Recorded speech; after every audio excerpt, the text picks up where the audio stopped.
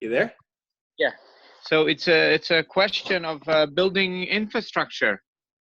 Right. It's a great point. I was thinking about that while I was talking. It's as I was saying right. it. So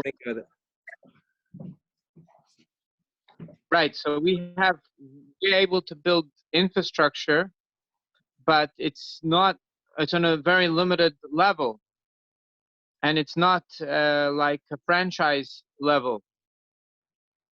To all the things that a human being needs, school and education on all levels, and camps and socialization and sports and how does it all work? And leadership and communities where people join together and do baking together and all the things that we do as a community to make it work socially. That all needs to be created. That infrastructure needs to be created, at least in idea. That yeah, I think you're absolutely right. One piece of infrastructure is missing, then the whole family is suffering. They can't really function. You're 100% right. That's a beautiful point you're making. And as I'm listening to you, I'm like, well, when I was listing off the different things that are needed in a community, the most obvious thing, we need a school, right? That's something that I didn't even mention, because it needs to be laid out in a way that's in front of us so that we have a clear structure. Now, the process of actually building those elements is something that the Hasidic Umas Elam themselves will carry out. They have the special quality of Hasidic Umas Elam, as they have the ability to build and civilize and create in that way. So that's the Koyach of Esav. That's the Eres of Tehu. So we think we're going to build a building that's going to be, we're going to build like a 2-story shul. They're going to build like a 94-story 5-block wide synagogue. That's the Koyach of Esav. And the Rebbe says that's the Eres the Tehu of Kelim Tikun. What's the Kelim Tikun? The Kelim Tikun is our love and care and concern to give them that guidance and to give them that inspiration, and then say, okay, here's the elements. We have the elements laid out, and okay, you guys are ready. Now let's get a school together. Okay, we're going to bring in some people to teach in the schools. We're going to work on the curriculum, and they'll build that. And if we, especially like you're saying, use the franchise model, if we use the E-Myth Revisited type Michael Gerber approach of saying, okay, we're going to create the community, we're going to create a manual so that everyone can learn the lessons. It's just like the United States of America created this incredible model of freedom, that of the Constitution, the Bill of Rights. So a wise country would then form itself based on that same constitution. Like in Africa, there's a country called Liberia that founded itself on this concept. So the same thing is creating whatever we can learn in the process of setting this up. It should be documented and then can be emulated in ever increasing numbers all around the world. Right. And just like saying that, who was it, Madison, that created a economic structure that actually would work for the United States government. Mm-hmm. So there needs to be somebody that's going to build the franchise in concept or trial and error. But even trial and error is very risky. Things have to come up like Lego. They have to be ready very quickly to make it work. So yeah, absolutely. I think that the key is the two things. One is the purity of the truth.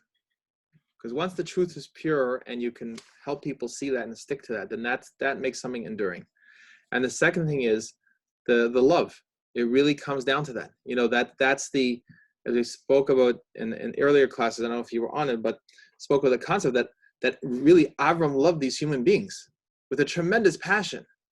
Actually, I heard a fascinating thing. I don't know if I never saw this before, but one of my classes, I talked about Sdom and Amorah, and how Avram davened for these people and asked Hashem to save them, and came up with all kinds of ways to save the wicked people, and coming up with the way, maybe there's righteous people that you should save them, and never. Okay, but he was obviously trying to save the wicked, because he didn't say send in angels and just rescue the righteous. He wanted to save everybody. So someone just told me this at the Shabbos table, that the Sama Rebbe said that after 3 strikes, a person's by Umas Elam, they're out.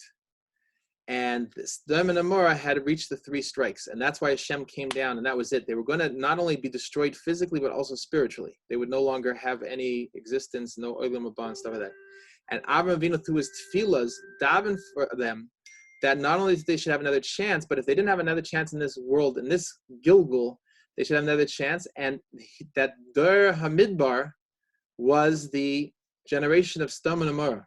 That's what this person said at my Shabbos table in the name of the Satmar Rebbe, which is a fascinating concept because it's coming from the Satmar Rebbe's sake. It's like the Kanoi is saying this concept that the Dora Midbar was the Shamas from Sodom and Gomorrah and the Schus of Avraham Avinu's tefillas. I mean, it's such an incredible that he took them on to be his own descendants. Do you know what that means? Avraham Avinu says, I want these people to be my descendants.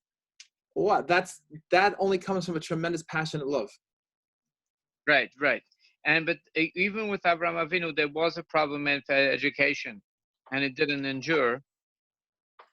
And that's something that needs to be clarified. That infrastructure of education, right? I mean, the Guru Rebbe would send communities into very easy, cheap areas and build communities with infrastructure.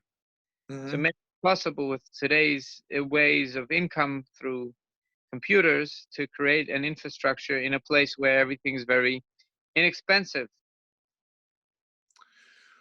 Well, and I think that's the Rebbe's vision of Chabad houses. The Rebbe talks about the Shluchim Hashem Etzonel. He says, "Eid begam ze ikar the Hishpa and Umas Eilam." At the Kinas Shluchim Sicha, that Rebbe means that you are the center of this community. What does the Rebbe mean when he creates the United Nations of all the Shluchim? You're responsible for every single human being in your area. This Chabad house is the focal point of spirituality and service of God for the entire city. That's what he wanted. Why have all these shluchim everywhere? What you think that we're going to just gather all the Jews together and then they're all going to go back to Eretz Yisrael and then they're just going to leave all the goyim in the times of Mashiach? There's got to be a purpose that the Yidden are there. And it's very interesting, by the way, and this is only a machshava, and I'm not saying it. I can prove it, but one thing that I feel troubled by when I hear when you look at the people making Aliyah to Eretz Yisrael, that it's actually funded by Christian organizations, the Nefesh B'Nefesh and stuff. Apparently, this is what I heard, funded by Christian organizations. They're taking all the Yidden out of the Gullus. So on one hand, that looks like a marvelous thing, right? Kibbutz Goliath, and that we obviously believe in that. On the other hand, what it's doing is it's removing from the world usually the best and the brightest, so to speak. The most energetic Jews are the ones that usually I see in the communities I've been in, that the people that are most energetic and most driven by ideas of inspiration are the ones that end off making Aliyah. That's a deprivation for the world.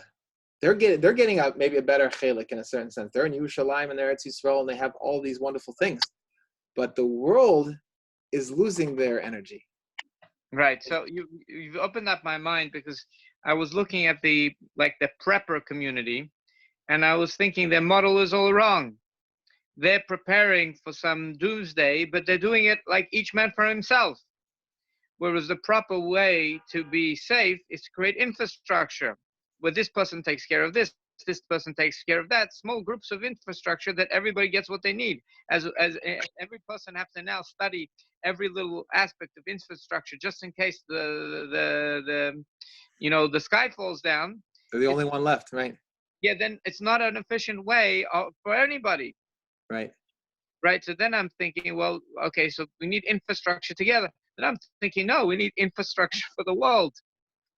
Create model of infrastructure for the world which would work for them, instead of putting all their efforts into individually studying farming and studying this and studying seeds. It's not an efficient way of they're using all their energies. Right. It needs to be redirected. And it's beautiful what you're saying. And this is, I think, the tefillah of the Rebbe. The Rebbe's tefillah is that infrastructure already exists. And it should go, and we see that particularly in the United States of America, but most of the countries of the world have that infrastructure. And the Rebbe's the Rebbe's tefillah is that it should go straight from the infrastructure it is right now to the Mashiach. Mashiach.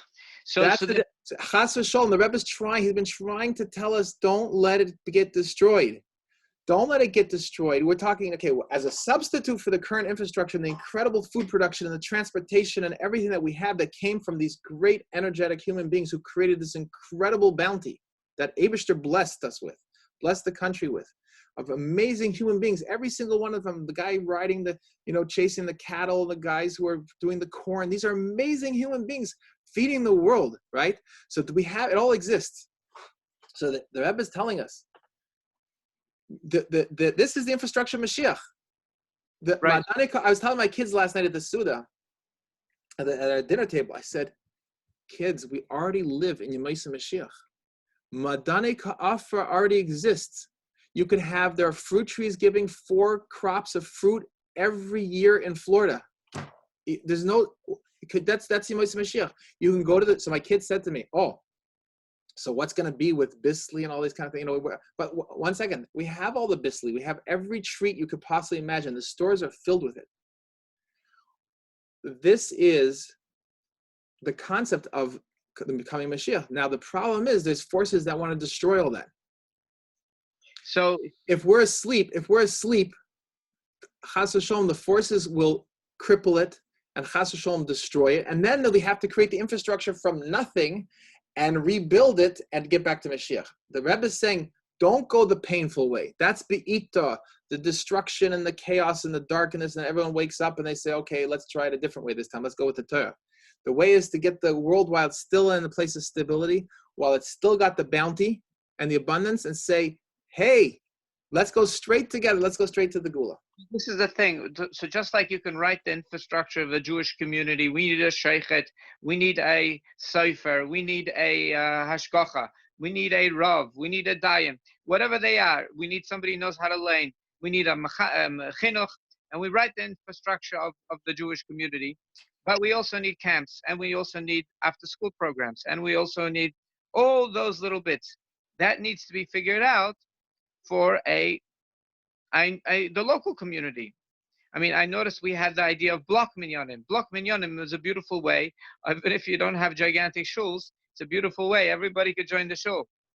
It's a cheap and easy solution to a shul for everybody. But I'm sure there's other solutions. It's a work of the mind more. It's more of a brain work to organize this in the mind and to write it down how an infrastructure could be just redirected into working on in a social way, a social structure. Maybe if people, because of job reasons, they joined the Ben Nayach community and they're far away. Well, now we have the concept of Zoom, so we could do a lot of social things. And if you think we have the idea of Malava Malka. So all these things they need to be able to come to each other's houses and to be able to have Malava Malka, and there needs to be these practices that we do that keep the community together, written down. It's very similar to our community. It just needs to be written down. Whatever we already do. Right.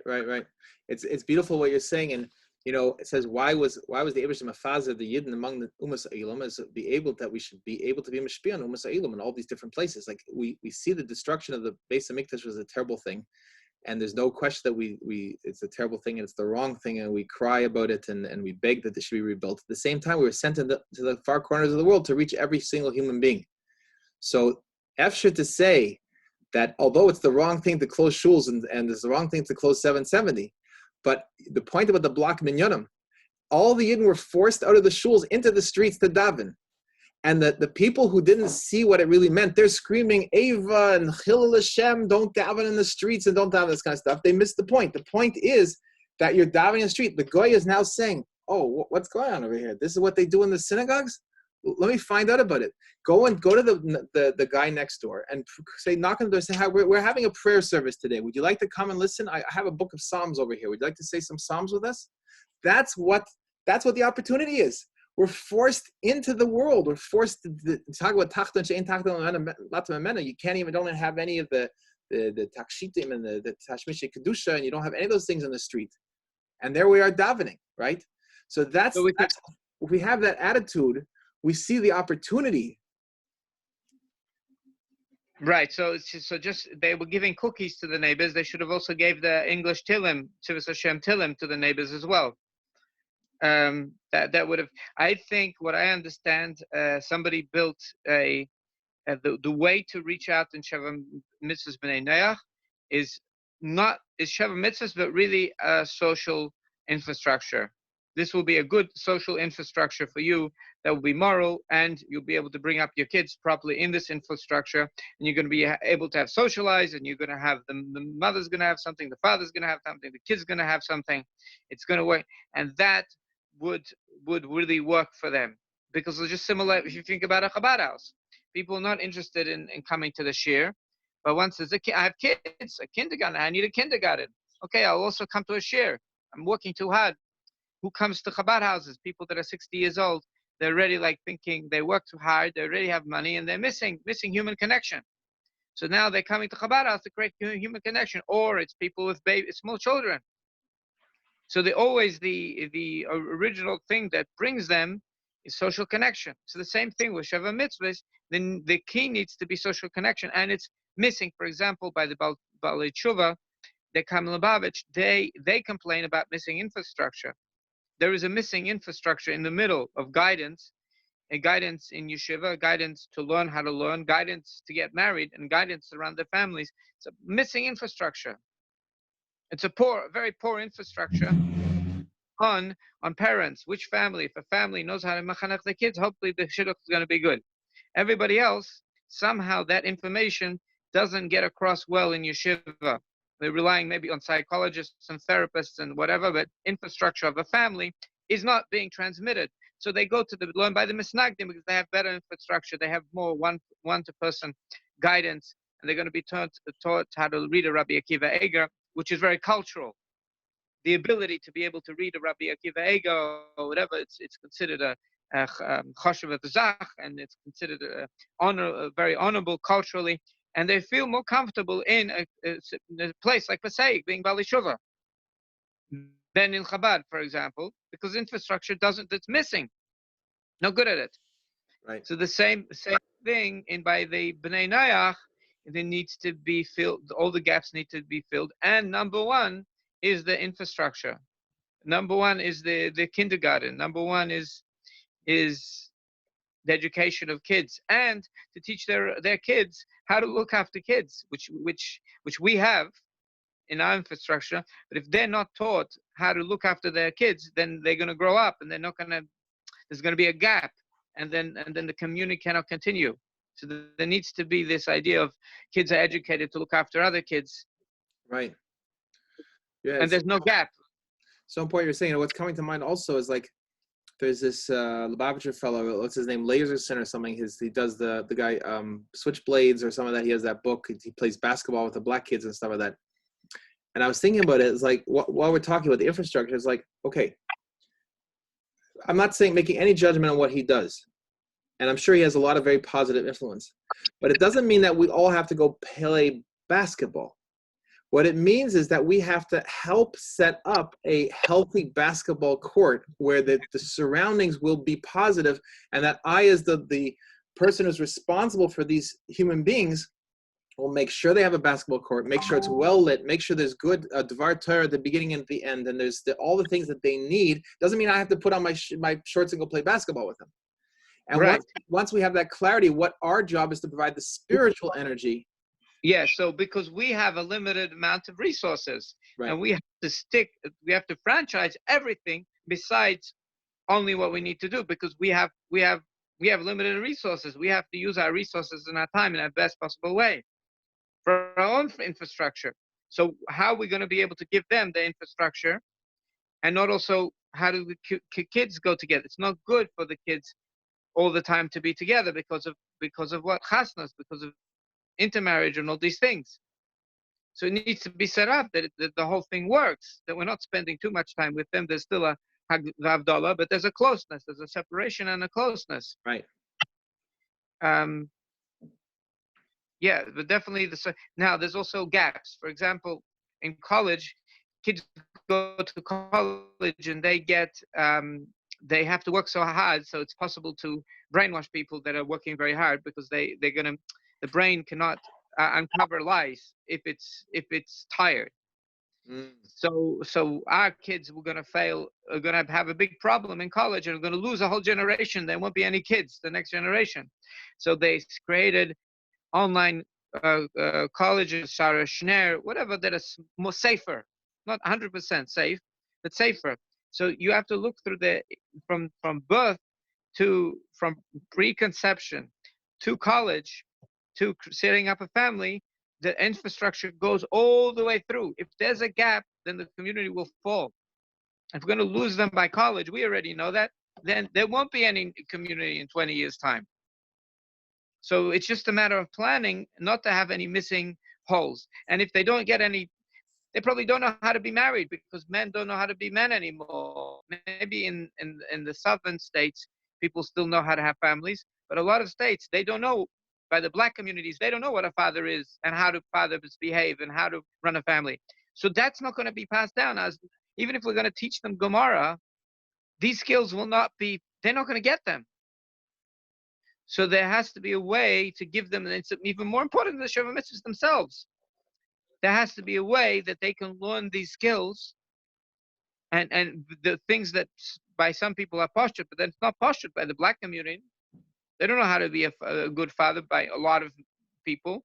They didn't have good role models. We're going to miss a little chelek of that infrastructure. It's not going to last. So it has to be a complete model. From birth till they have kids, they need support. And they need guidance. Right. It's so important what you're saying. And also, like, even in the frum community, it's like the way, it's so interesting. We're talking about the surrender of Torah to doctors. The same thing has happened. The surrender of the whole mishpacha has been surrendered to psychologists. Almost every rabbi, when faced with a shalom bayis problem, sends his congregants to psychologists. And the psychologists, even when they're from psychologists, are filled with the torturous stuff that separates a person from God. The whole purpose of modern psychology is to separate the human being from his spirit, from his soul. Right. They don't. Whereas what's usually missing is infrastructure problems in the family. Right.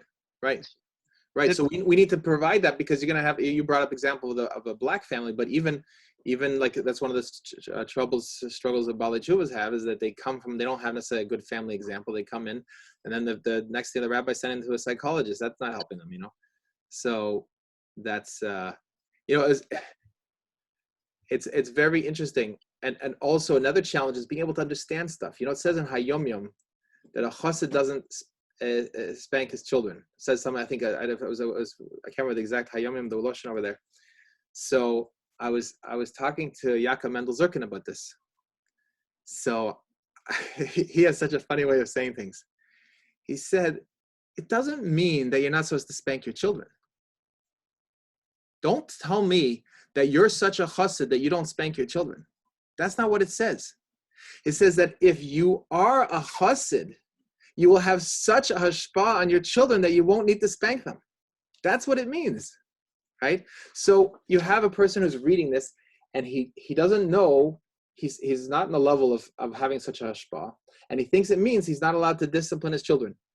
And so what Yaakov Mendel pointed out to me was such a beautiful concept. It's not about me regulating my conduct.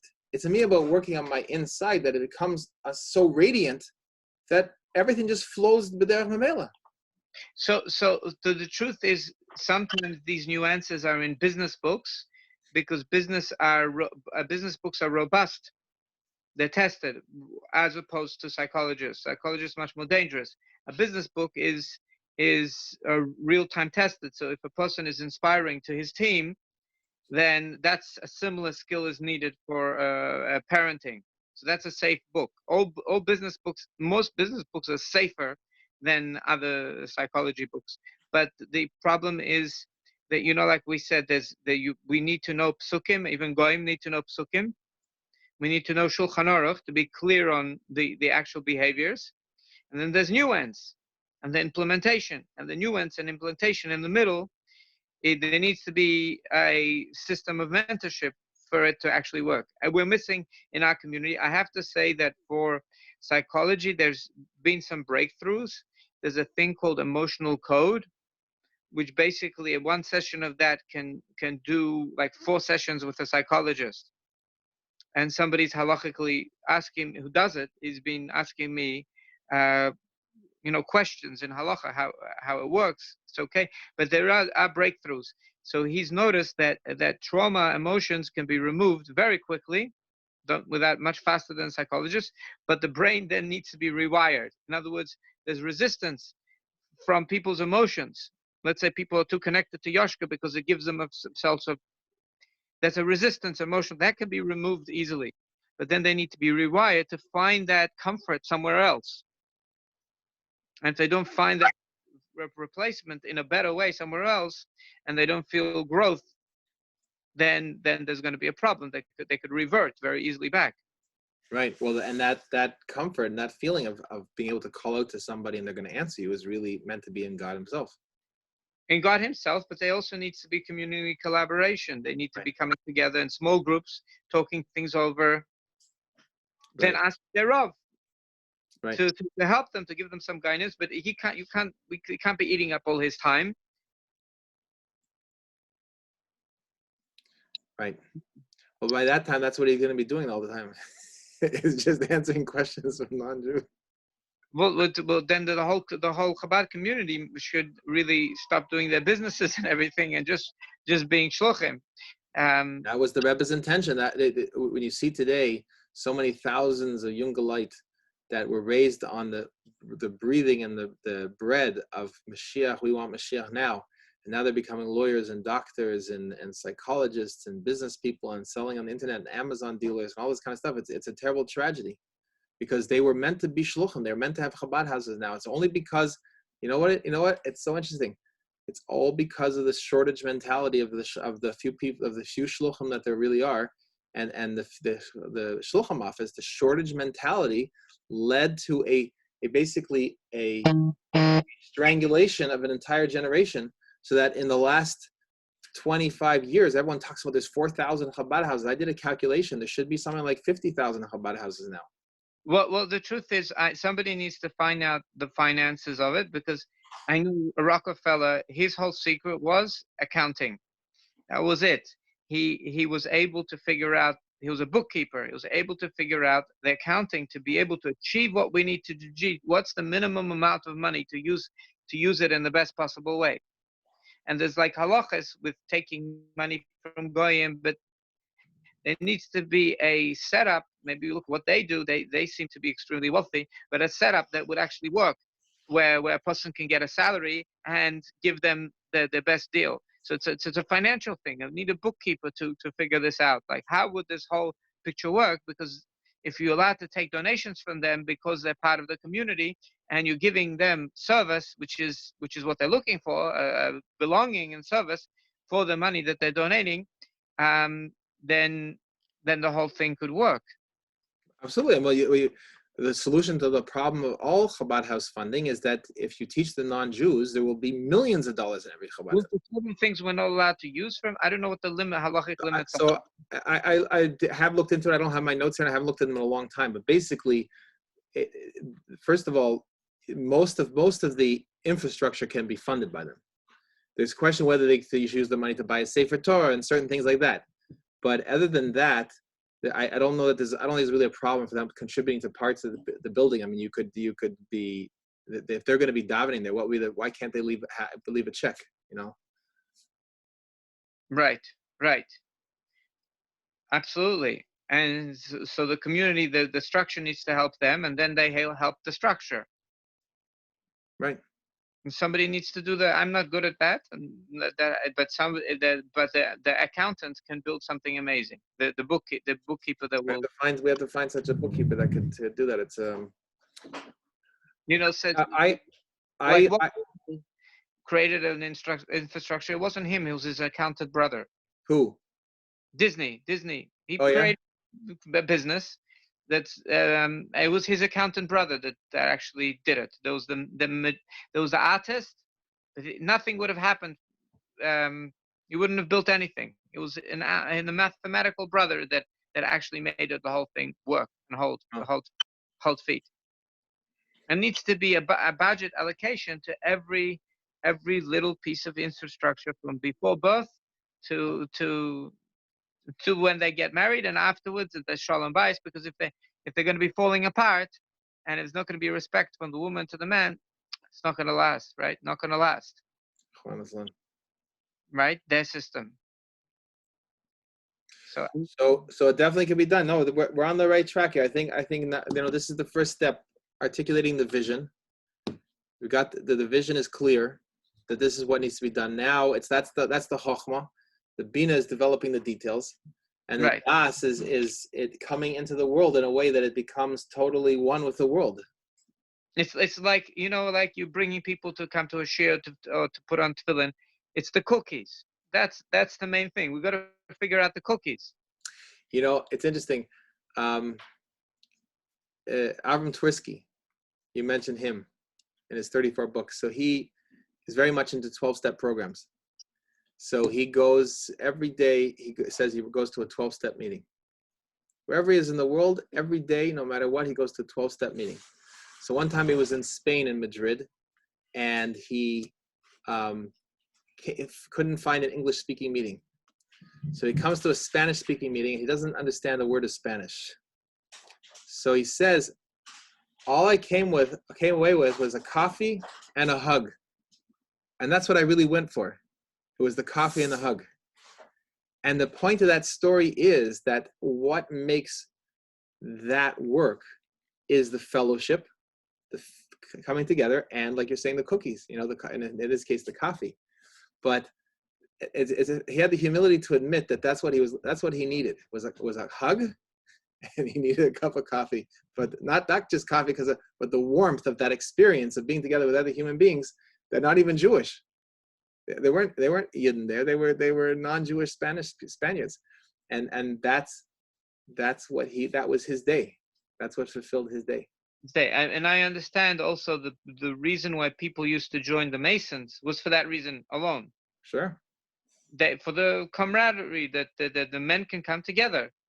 So I mean, to brainstorm all the possible needs, human needs, and that is the way to go to Sheva. Because if they Sheva mitzvahs, okay, how do I sustain this? It's not sustainable. So if we have to think through the sustainable aspects, the coffee and the hug and the cookies and the cake, baking cakes and the apple pie, whatever. Right. Whatever. It's and the details really matter. There's a restaurant that I have my eye on. I have two restaurants I have my eye on, but one of them is like a cigar bar, a very nice upscale cigar bar, not too far from where I live. I've never been in there. It's not a kosher place, so I thought, that would be a really incredible thing to do if you took that and you made it into a kosher place.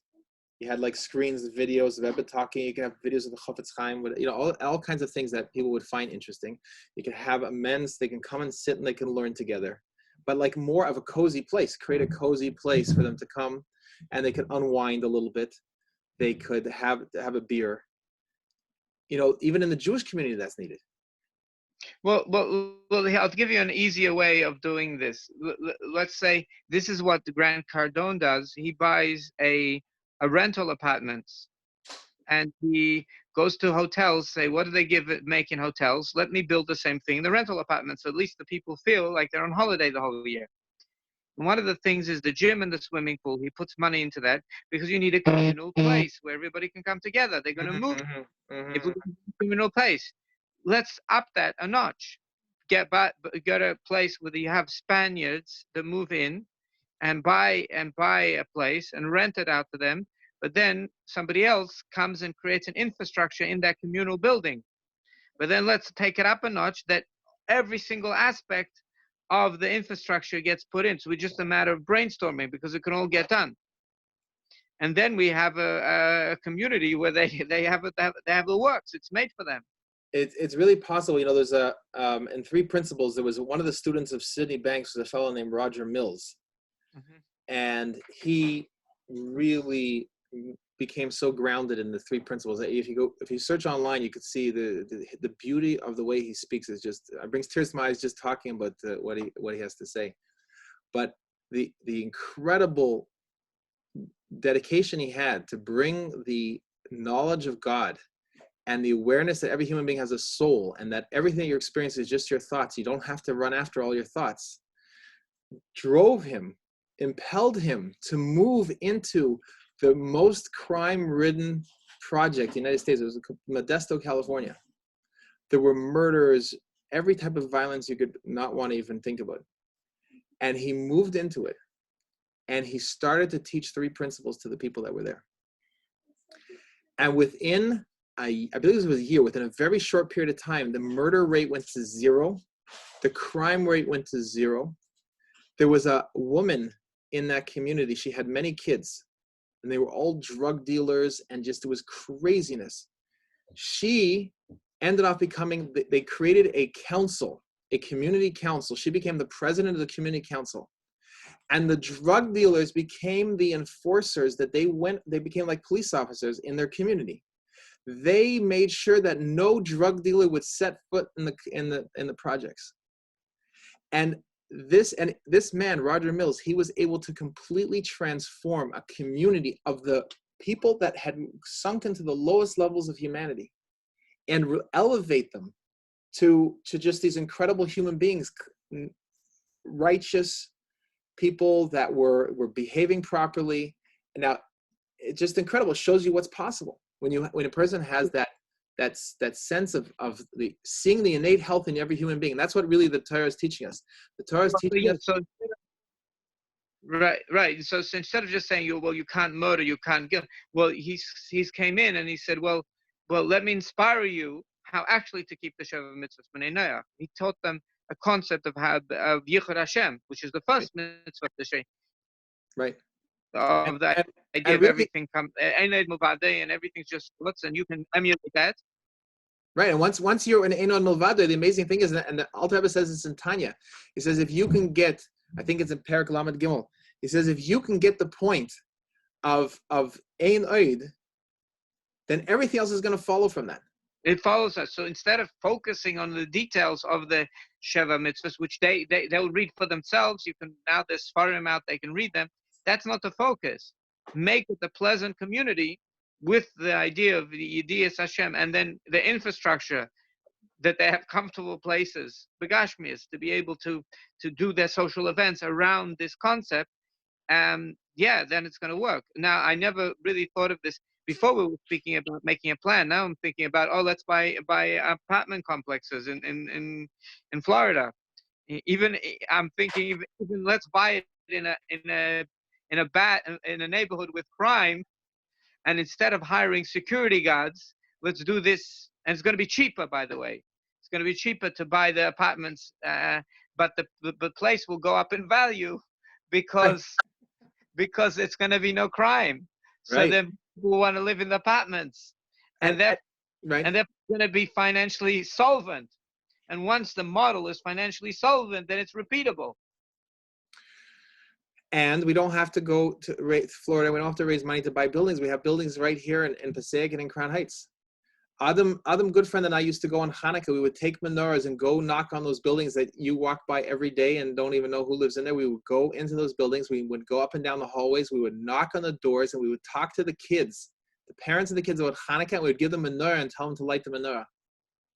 So that's good, but that's one compartment of, we want to control the whole environment. Right, but what if we put up a sign on one of those buildings? Well, okay, fine, but let's say we set up a building, I'm just throwing this as an example, on Crown Street, 1 hour connected, wherever it is, put on a sign of the building. There will be a class. Tea and cookies will be served in the lobby at 3 o'clock Shabbos after. Maybe that's a little complicated because the carrying the cookies and the coffee, whatever it is. But I'm saying Sunday evening, 6:30. We could start right now. That costs us $20. No, I hear what you're saying, but I have a little bit of a problem. That a lot of these people, the older people that live in these buildings, they go to their places of worship, right. And I wouldn't want that person to be jealous of us because there's a place of worship they have every second block in this area. The only people, all the older black people go there. All the older people. I wouldn't want them to be a competition. I want to have full control. You know what I mean? Okay, but I really don't see a steer. Why would they be jealous? They'll come to the shir also. They'll have the cookies and coffee. We're not gonna say, do you go to St. Mark's Church? Okay, you can't come to the shir. Yeah, I think the shir, maybe the shir should be more Sydney Bank style, more the Yichud Hashem. That's Yichud Hashem. Yeah. Yichud Hashem. Just talk to them about, and I want to tell you something. Just hearing a rabbi speak to them that way. Did I send you the video of? I told you mentioned the other Davis's brother, James Davis's brother, the gem video of being interviewed about the Rebbe and how the Rebbe, he didn't even know the Rebbe's name because they live on Brooklyn between Eastern Parkway and Union. So the Rebbe walked by there twice a day or more, whatever, when he came. Every time he went back at home, he came back. So the Rebbe, they would play outside. The Rebbe would stop and talk to them. And that had an impact on him. Such tremendous. I mean, listen to him. He's like so moved. So that's it. I like the idea. You're absolutely right. We've got to think big, and we've got to create the infrastructure. But we see from the Rebbe's example also those small interactions. What was going to build the thing. And the Rebbe's attitude is always, you want to build some big universal thing, that's fantastic, but don't lose the individual people in the process. I can't walk down my street or Eastern Parkway and say, I don't have time to talk to you, Mr. Child over here, because I'm too busy building. Right. That's I think I heard from Shay stuff with when the infrastructure of a organization doesn't help for the individuals, it's sort of like destroyed its own purpose. Right. Its only purpose is to self-propagate the organization. Yeah, once it becomes its purpose is for itself, then it lost its purpose. Right. It's like it's sort of lost its. You need to remember the individual at long. So I personally, my gut feeling is it's the certain things that it's like Mr. Nefesh to do, but ultimately it's not sustainable unless it's financially solvent, this whole thing. Right. So it's going to be dabble. I did a lot of projects, just dabble till financially just unbearable, and nothing really kayama is ever created unless there's good accounting. So one of my ideas is, I started this Sheva Mitzvahs class now to talk about how to teach Sheva Mitzvahs B'nai Noach. I also started this channel, Hope for Humanity, and putting out messages and videos and so forth, including tefillah for kids and so forth. Now, one of my thoughts is to create a really professionally produced guide. And I'll just tell you some of the ideas I have here. I started to make a list of some of the ideas for classes. I hope, here we go. Talking about God's love for humanity, the secrets of creation, the Jewish scriptures, secrets to a loving marriage, give your children the upbringing you wish you had, understanding the lies against hope, one on Amalek, and make those have a whole series of just on stories of the Rebbes. Also, which I'm going to start now. It's now Sivan time. The Rishimas Amaisa is relevant. Where's the Rishimas Amaisa printed, by the way? Is it printed in one of the originals? Is it printed in one of the Sefer Mamarim from the blue ones? I don't know. Okay. I don't know. I don't know. I've got to find it. So anyways, but what I was thinking of doing is start making a for charge program, meaning to say people could pay for, first of all, I could devote more and more of my time for it. It becomes a source of income. But there's got to be free stuff. You can never get rid of the free stuff because this is empty. So, there's a lot of there's a lot of free stuff. Yeah. Right. So I'm not going to give up the free stuff because, I argued with Jem at one point. Jem used to have these they have all these videos, and at one point they came up with this thing was, then Moitzi Shabbos they have like the collection of the week and the moment of the Rebbe, and they wanted to start charging membership for it, and they started to set up this this paywall, and I sent them an email that said, it is forbidden for you to charge for the video of the Rebbe, this is this is people's access to the Torah Baal Shem Tov. You can't just say no one can access it unless unless you pay for it. So there's a difference though. If they're going to give me a professionally produced video on a CD, the whole thing, and they're going to make it downloaded that I can download it, like, okay, that I should pay for because I'm paying for the supporting of this project. But paying for babysitting, like that they can justify in their minds, because I would need to pay for a babysitter anyway, and this is going to do it. Right. So the Hope for Humanity series, that's something that I believe should be free, because every human being should be able to access. They can't have a paywall to get to Hope. But if you want to have a more in-depth course, so I want to ask Rabbi Gafni, he teaches beautifully Tanya, Shari Chamun, and he can understand how to teach this, right? And he teaches it. I still remember his shirim and Shari Chamun and Tanya B'chlal. I have my Tanya with the notes in it. The yesterday's Tanya, where there's no square brackets at the end of the parak, and the question of whether that means that it's just a typographical error or the next parak is part of the square brackets in the previous parak. Anyways, I remember a whole shir on that. So I already sent him an email asking him to do this, but I want to charge for that. Why shouldn't someone pay for that? They're not gonna want to do that till they're already in with other things. Right. In other words, this is my entertainment. When this becomes a machlef of entertainment, okay, I'm ready to pay for my entertainment.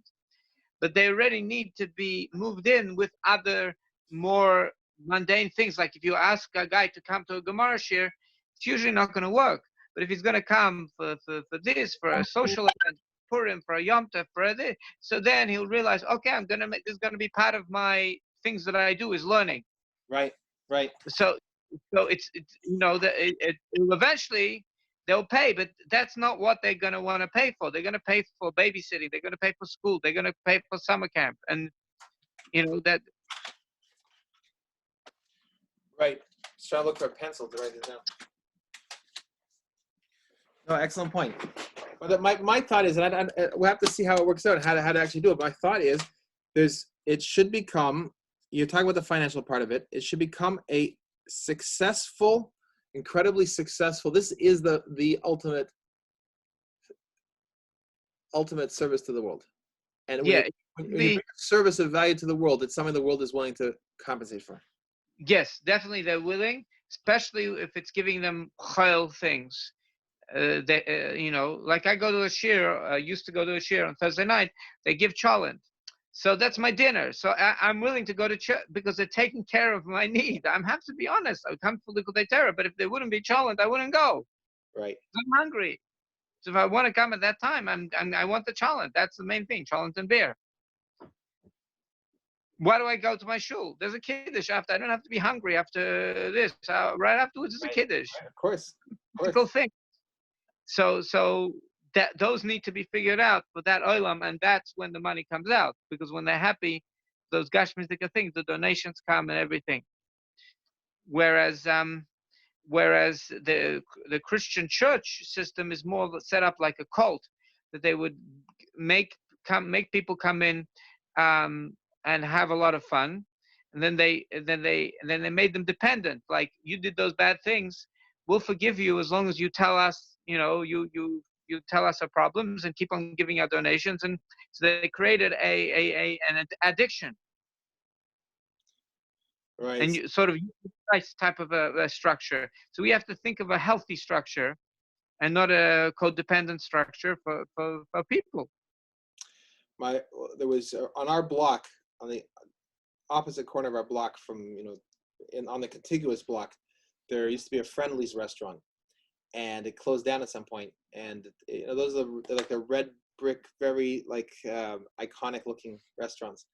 And anyways, my wife they wanted $1 million. Unfortunately, we didn't have the I don't know, either the guts or the resources to do it at the time. But my wife and I wanted to open it because it was already set up as a restaurant in a central location in Passaic, and call it Eyal Avram and Sarah. Like, have a place where people would come, serve food, and create that experience. People could come with their families and they could learn something, and they could have it's like dairy. What's his name? has David had, yeah. over there. He has the restaurant, the Wolf and Lamb, not Wolf and Lamb, Deli Kasbah, the Upper West Side. You come in, there's a sikha on the table. There's a video of the Rebbe playing. I sometimes have had lunch with Goyim there, and by the time I show up, they're sitting there already, and they're deeply engrossed in the Rebbe video. In fact, one of the Goyim was so fascinated by the video, I tracked down what the video was that he was showing on the screen, and I sent them a copy of it. Mm-hmm. So this is an example of, you can create these type of environments that are really conducive to what Avram did. The food was the conduit. And like you're saying, that's really. So it has to be a sustainable model that's really successful, and then we run with that. I have a question for you. Michael Gerber. So I've known him for many years and been a fan of his. And he started something called Chabad Imeth. You familiar with that? Right, and it wasn't successful because the Chabad houses don't franchise. They sort of like the Marines. They fight the war according to the place. Right, they don't franchise, but also he was pushing them beyond their comfort zone. So he said things like, and really true stuff. I mean, there's nothing that he said that wasn't true, but he would say things like, the Rebbe's intention is that you are the Rebbe in the place. You need to, just like the Rebbe delegated everything down, you need to delegate everything down, and you should be giving out dollars on Sundays. That's what he said. And yeah. And the shluchim were like, they didn't know what to do with this. It was beyond their kalim. The other challenge with him is he's ish makif, mamish makif, tremendous inspiration, but his ability to carry out and get into the details, as much as he talks about the importance of systematizing, getting into the details, is very weak. So the end result would be, the conversations would go like this. He would speak like fiery language of incredible inspiration, like beyond, like really divinely inspired. There was no question about that. And then one of the shluchim would say, okay, I'm ready. Tell me what to do. Tell me what to do. And then he'd be like, okay, so you don't get it. And he'd go repeat the entire inspiration. Right. And the shluchim couldn't handle that, because they even those that stayed on to, like, say, it started with 100 guys, and by the time it was down to 30 guys, they were like, we're ready. Tell us what to do. But he didn't have the ability to tell them what to do next. He needed to give them he doesn't have the information on how to build the Starbucks. In other words, I want to know how much sugar I need in this coffee. I want to know how many seconds to roast it. You can't tell me that. I can't do it. I can't figure it out. I'm doing my best. So the end result was, it came down to, there was only 4 of us. Even Levi Kunin eventually, who was the one who really pulled it together, he dropped out. There was only me, Ronnie Fine from Montreal, Shmuel Fuss, and I can't remember one other person. And so at that point I dropped out, because he wanted like a commitment, and he was 100% right. But I at that point I was needing to masada my life in terms of parnasa, and so I was like, okay, I can't. I need to focus on parnasa right now. Okay, so and then I think that the other 2 dropped out, and it was just Fuss was left for a while, and then I don't know what happened with him. But the question is, would he have? We can't bring him on board as a person to be in charge, because he can't be in charge. Meaning to say, his being on charge is just, he's the only dea, and then there's nothing practical that comes from it. And if you try to do something practical, he's tell you you're doing it wrong because you don't see the big picture. So that's not really a productive leadership. On the other hand, he would be so inspired by this concept, and he told me many times that I've stayed in touch with him, that his life's desire is this Chabad houses and creating these Chabad houses, and this is his whole purpose in the world. The reason he learned how to systematize things and to teach people, inspire people, is for the purpose of bringing Mashiach. He's told me that many times. So I have an idea. If you think it's productive use of our time, I'll make an appointment with him. You, me, just get on the phone with him. Just tell him for half an hour what this concept, the infrastructure we're talking about, and just say, listen, maybe he has some ideas. Or maybe we don't need his ideas. Maybe we know enough. We already read his books. We already had enough hours with him. Maybe I know enough. I need the other person. I need the accountant that will make it grounded, because I just burned myself. I'm missing that area where I can't give myself to anything as an artist. I'm more of an artist because I just don't have the financial infrastructure to be able to totally dedicate myself to it. Um, even to learn Grant Cardone's things. I'm going to get bogged down with learning how to run apartments instead of like running the ruchnius of the thing. right. It's a beautiful idea because you really are in control. Right.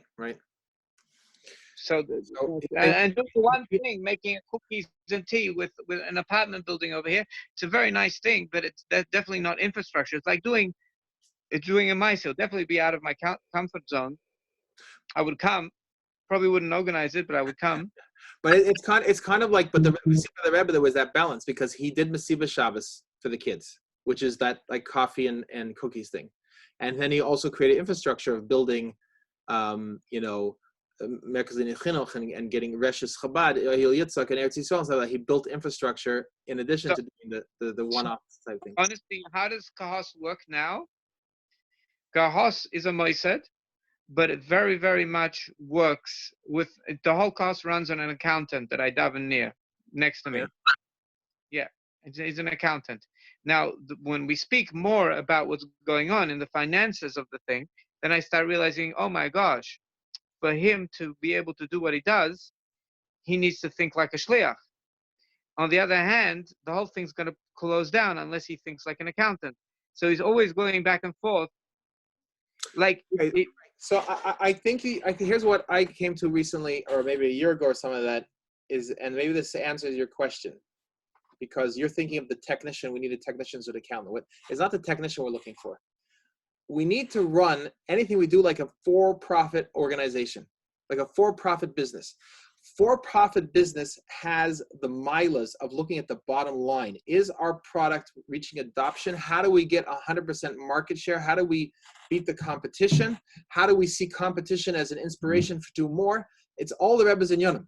What happens is when we get into a non-profit mentality, we're thinking, well, we don't really have to make a profit, so we don't really have to pay such big salaries, so we don't really have to be so successful. So therefore, if we have 100 people come to the shir and they pay $10 each, we make $1,000 a week, we could pay the rent of $4,000 and the rest of us could starve.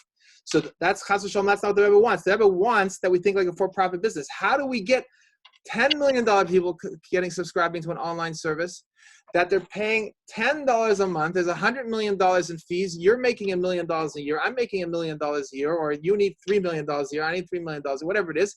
And we're taking the rest of the profit and we're turning it into creating many, many different other enterprises. That's the thinking. Like the Bill Gates model, that he is donating for giving for free for health of kids all around the world. I'm not saying the bad part of it. I'm saying the business model is brilliant. I'm going to make them all dependent. I'm going to give donations for health, and I'm going to donate vaccinations. But I'm also making them dependent. I'm created for myself customers. So he became richer with his donation model. Right. And he's giving them tablets, so they need his software. Right. So, and it doesn't even look bad. Usually I feel guilty doing this. You know what I mean? Right. I'm making people dependent. I feel guilty. It kills me already, and destroys the whole business. I don't even know how to think. But his man. If I was him, I would think, well, there's nothing wrong with what I'm doing. Right. And that's why we have to have the hanacha that it's a for-profit business, and the accountant. We'll plug in the accountant. You can hire an accountant, but the accountant will only be on the level that you're at. If we can get a really small-minded accountant who will just help make a $100,000 business. We want the type of accountant that knows how to run a $5 billion, $10 billion business, a $100 billion business. Exactly. So if he didn't want to depopulate whatever the world, control population, his thing is actually a good model for a good person and maybe a ruthless businessman. This right. Rockefeller was a similar thing. Right. After he mastered oil, he went to refuah, and he probably became richer for it. Well, and that's the thing. And also, when you think about it as a for-profit business, there's no guilt in saying that the Eibishter said, the Rebbe said, that the Eibishter wants each one of us to be wealthy, kipshute, begashmias, right? Because we have to build a base of mikdash. So we're supposed to be billionaires. You and me are supposed to be billionaires. I set myself a goal of $4 billion. I started with $400 million. I thought was going to be what I wanted. And then Grant Cardone says 10x it. So I was like, I had to struggle with it. And I said, okay, $4 billion. I'm masking. I want $1 billion to my family, $1 billion to invest and create new money. I want $1 billion to change the world, and I want $1 billion for fun. Okay, so the fun is I want to get the $65 million Gulfstream airplane. But that's a mindset that says, okay, so how do I do something that's going to bring $4 billion? How do I bring a service to the world that's going to bring $4 billion in income to me personally? That means that you're making $4 billion a year from it, and the next guy's making two, and the guy who's working behind the counter he's doing the coding is making $1 million or $2 million, $3 million a year, whatever it is, right? That's the mentality. Create prosperity for everybody, and have so much money that's available to really build the base of Mikdash. Now let's just look at a Jewish model. Is Pinto and the Abu Chatzera, the Baba Salih's children. They are the wealthiest people from the wealthiest people in Israel. Their model is that they give, they're Kabbalists, and they give brachot. And as part of brachot for the business, you give a percentage to the business. Something like that. I don't fully understand it, but basically, businessman, he has an office. Pinto has an office. I know he got in trouble because there was some really bad stuff. But maybe there's a way of making it more kosher. But basically, he has an office, and all businessmen, Sephardic businessmen, come for brachot because they need to be really successful. They're guys that really know what they're doing. Give brachot. He gives brachot. They part of it. They give a percentage donation, and somehow these guys are the richest. They're billionaires. Apparently, the Abu Chatzera family, from the richest people in Israel. That's a model. They probably take the money that they receive and then they invest it wisely. They're not going to risk it in high risk things. If they invest it and only get 8% in return, they could do extremely well. Plus, they have increasing streams of revenue from the success of their brachas. The money keeps increasing because it's not a one-time donation of $1,000. The guy gives them 1% of their business, and he's making $10 million. They're getting $100,000 a year. If they're making $100 million, it's getting $1 million, whatever it is, So, and if they're getting the full tzedakah, they're getting the 10% from the guy, and they're getting $10 million from a bunch of businesses, and they just invest that, and they know they have the opportunities. They're billionaires. Now, one guy, I don't know why one of them was stabbed, but I don't know why that happened, but he was also a holy guy. So you have to be careful. I don't know what exactly happened, but something happened over there. But besides that, they are wealthy. And there's no shame. There's no shame in that. You know why there's no shame in that? Because they are taking care of the world and they're taking care of their families, and that's the honorable thing to do. And they don't indulge. They don't indulge. They really live like that. And the Rebbe Maharash was wealthy, and many of the great tzaddikim were very, very well. Avram Avinu, look at his servants and his sin. The Rabbeinu Kodesh and Moshe Rabbeinu was wealthy. So there's no shame in that, and I think that's why I like the for-profit model, because it puts us in that mindset. There's no shame in being mafarnas our families. Think like businessmen that want to. Our business is to change the world. That the world is going to look like the Eibishter wants it to, and our headquarters is going to be the base of Mikdash. That's the way we think. Right. And so so Bill Gates is let's take a little bit of money from every single person in the world. It's the same model that he did with the computer, the same thing he did with the vaccinations. Right. It's just that he didn't look good with the computer. It looks much better. In other words, because he was monopolizing, he got a lot of slack. So he changed his business model to a non-for-profit. Right. Till now, his outlook was, I'm a kind person that gives a lot of donations. Besides, you see, his thing of limiting population ruins his name. Otherwise, he would have a very good name. Right. He unfortunately, for some of these people, get into these crazy things. All the Rockefellers and all these people, they all got into these crazy anti-God things. I'm not sure what happens. We have to dive in that it doesn't happen to any of us. Well, the families that they're in. So sometimes, in order to get help, they get involved in these cults. And if a person's involved in the cult, then they get helped. They become rich very fast. Right, and they want to. Well, first of all, Gates was born into such a family. Even Rockefeller, once he became wealthy, he wanted to belong. So the places to belong, you know, if you join the church and give money, you're nobody, because the real people of the church are the priests. But if you join one of the cults, then he could rise to the ranks because of his ability to, you know, pay his way and prove himself. And then he buys into the ideology. So I guess there's, in our model, we have to keep in mind there's the rich people of the world and who may be already mentally messed up, and there's really poor people in the world, and we have to figure out a model that actually works, because the Catholic Church, for example, they are quite wealthy from the poorest people in the world, from the little donations of a few coins here and there, because it's numbers. They do well for themselves now, but they were worried that they wanted to centralize their money, and that's why they made it that nobody should have families. What do you mean? Originally, Catholic priests got married, and then the Pope realized that what happens, all the wealth is going to people, the priests' families. We got to convince them not to have families, and then all the wealth is going to be centralized. Oh, because they have no inheritors. The church is that owns everything. Yeah, absolutely. So that was a business thing. So it is actually not a sustainable model. just it isn't. It really is, and also in the homosexual communities, they're very wealthy because they don't have anything to spend the money on.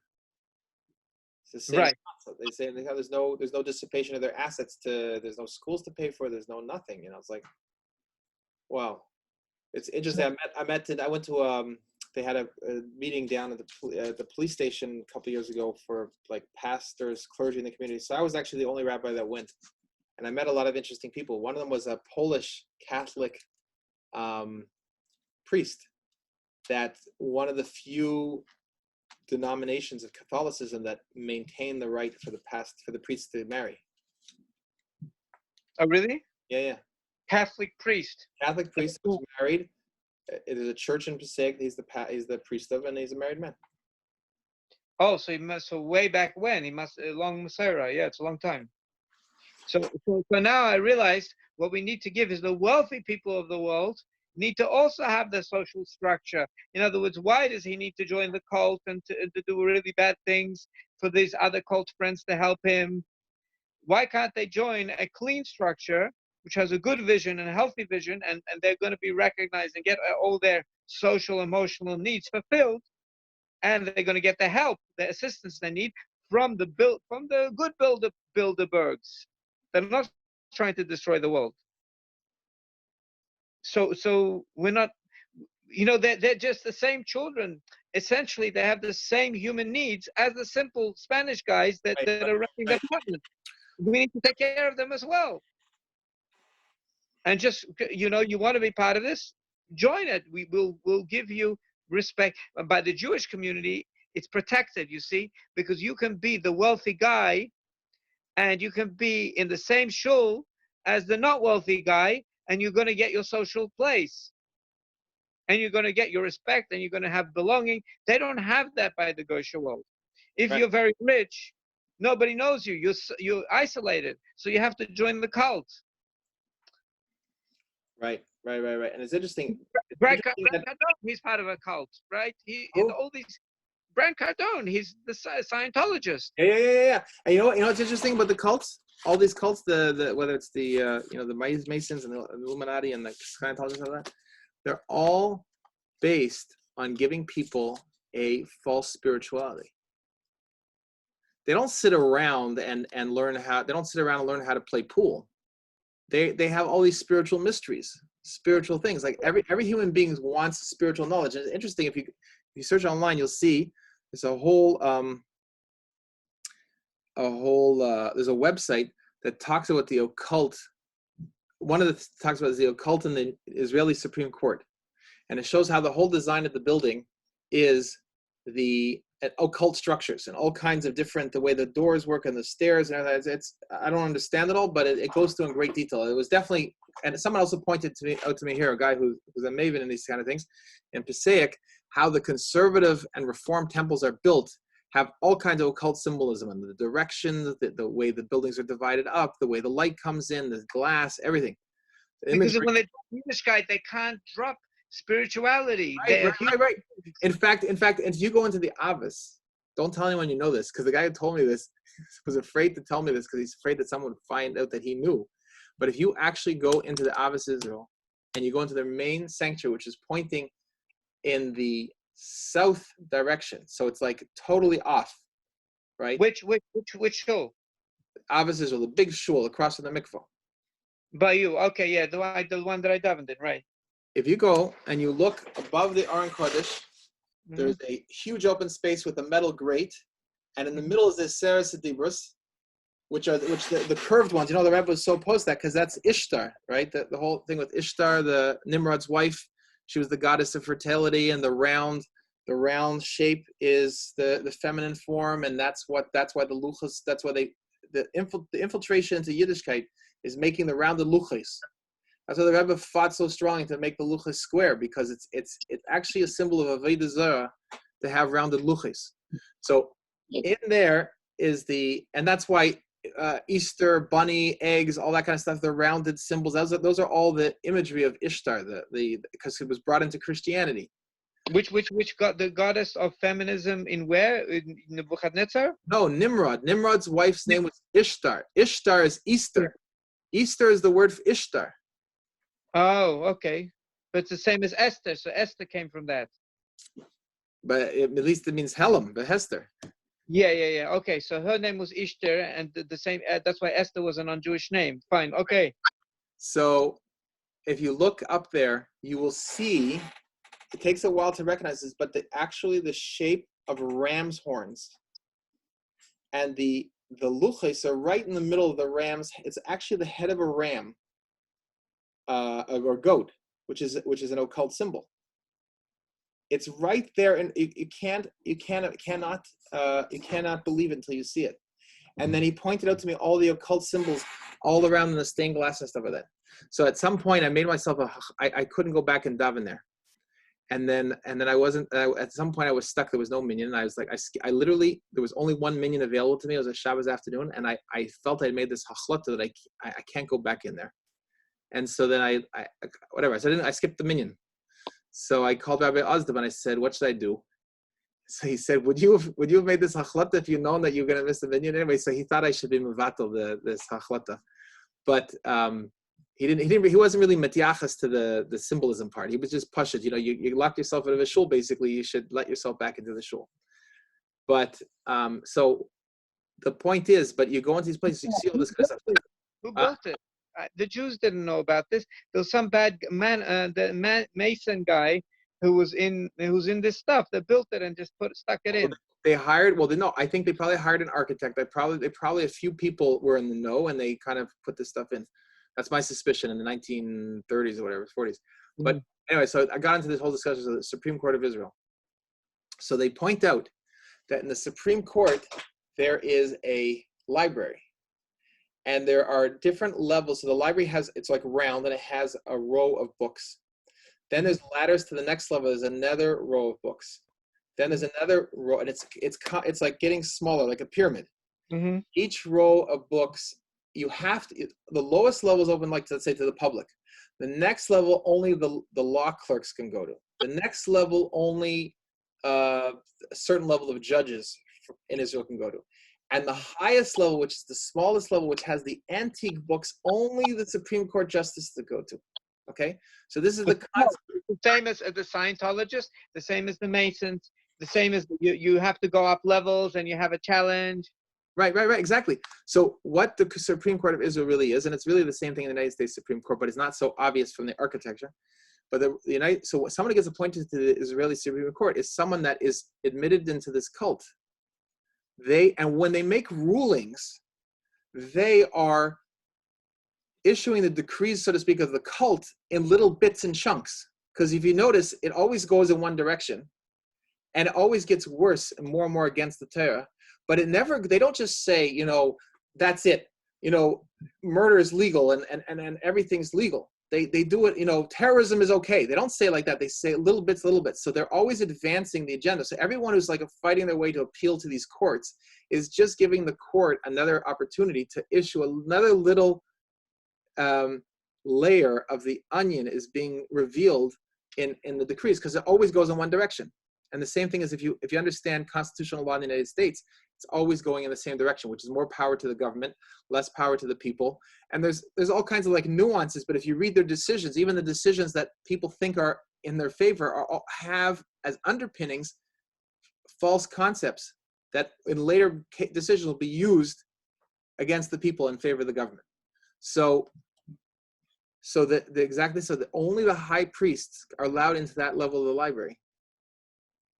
Mm-hmm. Isn't that amazing? So what does that show you? It shows you that you have a guy who's a lawyer who becomes a judge, and what he's really aspiring to is to be in the inner circle of the club and get to the secret knowledge. He wants to be able to open the books that no one else can open, because it has what are books really? They carry spiritual information. He's not reading the books on there's no car mechanics books up there. It's the books on how law is a way to make war, and how all the type of stuff that the occult uses, right? So so what's the chokhmah? And really, I only really understood this because when Sidney Banks said this, it says once you get grounded in understanding divine mind, divine consciousness, and divine thought, it's infinite. You'll always be getting new insights. You'll see things on a new level of the Achdus Hashem. Basically, your life is a fascinating experience. In other words, their fake sales pitch of these cults is very concrete. You have levels, you have belts. It's like belts in it's also a cult, by the way. It's very easy. It's like belts in a cult in karate. And mamish, I'm the only master, and I know secret information, and I know this. And you know what? And you go to the MMA, it's all BS, because you just got to do the MMA, and then you know how to fight. Don't tell me you have like 30% of the information secret, and only and you're gonna blow, and it's been uncovered. It's all rubbish. Right. The techniques are, but it's a cult. So it sells, but you can't sell to a child real, fighting. You need the belts, but the belts aren't real. So how on earth, like real, even to my own kids, they don't understand. I know that there's ruchnius, and there's this. They don't understand that there's ruchnius, and that when you do an avera, you can feel the difference, and you can feel the eyes change, and you have to it's like a whole world. I'm living in a whole spiritual world that they have no idea of. I'm trying to explain it to them. They're like, look at me like, if I do it well, then they get it, Well, and that's why the Rebbe said that chinuch, that instead of giving them candies, the reward should be a spiritual reward, like telling them Chassidus Shemaisa. That the spiritual experience of reaching a new level of insight that's the reward itself. And so that's what I think that we need to define for all these people, that rich and poor, but to tell them, do you like getting greater and greater insight? Do you like the greater and greater spiritual secrets? That's available to you. All you have to do is be alive. You can have this, and they'll come to you on a moment by moment basis. Sometimes you can have insights on 5, 6, 7, 8 insights a day that you could write books on, right? Once you're attuned to it, and once you're like open to it, you're not getting lost in your own thoughts. So that's the secret. That's really the secret of the Torah. The secret of the Torah is that it's open and revealed. That once you get in touch with Achdus Hashem, then it's unlimited. And you don't have to belong to anything else. Just by being connected with Hashem, you get all the rewards of all the secrets of creation are brought to you, delivered hand. You don't have to open the book. The fact of the matter is, once you realize Achdus Hashem, you start to see it in the world. You don't have to open a book to say, okay, tell me where the Yechudei law is in this part of the sky and this part of the trees. Give you details, and then you have to see it in the world. You'll see it. You'll see it. It'll be gifted to you. It's insight. By the way, that's what it says in the end of Perek Beis in Sefer Yichud V'Amunah, Shayach V'Amunah. What is he saying over there? He says that the Asius are constantly flowing down into creation, and they're bringing everything to existence. And this is what a Navi is. A Navi is a person that is attuned to these letters and the words flowing down into his consciousness. And then he knows that when he senses that, he has an obligation to say it over. What's a Navi? A Navi is just a conduit. He's in tune with his divine consciousness. He's hearing the letters and the words constant, noisily, right? The Alter Rebbe explains this in the Torah. I can't remember now. I think it's at the end of Torah. Noisily, noiseless.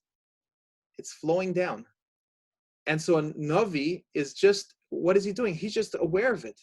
And how do you become a Navi? You have to be wealthy. You have to be happy, right? Simcha, all these things, setting aside all your personal thought. It's that simple. All the requirements for a Navi is the person is not worried. He's not worried where his food next meal is coming from. And he's not depressed and sad and upset what happened yesterday or worried about tomorrow. So he's b'simcha. Right. So usually the way Yiddishkeit was set up, that the people have parnasa, they're farmers, they had parnasa for a whole year. So Pesach they would celebrate. Then once it's in their house, the food for the next year, that was Zman v'samachta v'chagecha. They could be healthy, happy in the Eibishter. Because that's food for the next year. So now I can do Avodas Hashem for a whole year. I'm going to plant and everything's going to be good. Now it's going to rain. But I have food. I'm not starved. I'm not afraid where the next bill's coming from. I have rent for a whole year. And that's the level of nevuah that comes down on Sukkot. On Sukkot, I can have nevuah because I'm not afraid. Right, and that's Yonah Navi. His nevuah is on Sukkot, right? So if you go into look at Shayach V'Amunah and you learn the simple pshat of the words, it's mashma from that every human being can reach the level of nevuah. Because So Benjamin Walters told me that everybody can reach nevuah. All you need to do is a beinani, and you need to do besimcha, and then it's not really up to you. Nevuah only comes down the tzarech other people. So there's two levels. I want to suggest there's two levels of nevuah. There's nevuah in terms of an official declaration from the Shamayim. Hey, stop! I'm giving you a message. Please repeat this message. But that's right. One level of nevuah. There is nevuah, which is it's the constant flow of the letters and the words, and that's always accessible. Yeah, to recognize that Yichud Hashem, to get an open message, that depends if Hashem wants, if He needs you for the Olam. But recognizing Yichud Hashem, when you see it, you will see things. We call it intuiting something. That's kind of like, but really, it will just come to appear to you something, and you'll say, you know what? I should call this person. Oh, I should give a share on this. Oh, this is the ideas will come and they just coagulate and they coalesce in a person's head. All of a sudden you see things that you couldn't see before. You might say, okay, that's a lower level of nevuah than being able to predict the future, what's going to happen in 3 weeks. But it's still in the same hagdara, and that's what the Alter Rebbe is saying. So this is something that if we understand that, and it's accessible to anybody. It's not something I don't have the secrets to that. You don't have the secrets to that. There's nothing we could sell. It is just a fact of creation. And once a person is attuned to Shayach V'Amunah, and he understands there's nothing besides the Eibishter, then a person is able to have this rich experience in life where he is able to perceive this divine download that's constantly going on. So that's the answer to the humanity's hunger for spirituality and for divinity. Is that what happened? What's really the source of all these false cults? Is because the taus of the people who became wise in truth, we see by Shem Ve'ever, tremendously great people. They had the Torah, they taught the Torah, but the chesaron was they sat in their yeshiva. Meanwhile, Nimrod is running around, running the world at the same time, because there's a Helam V'Hester because it's sitting in a yeshiva. Avram Avinu comes along and says, "Oh, 1 second. How did he find out what the Eibishter? He didn't go to the yeshiva.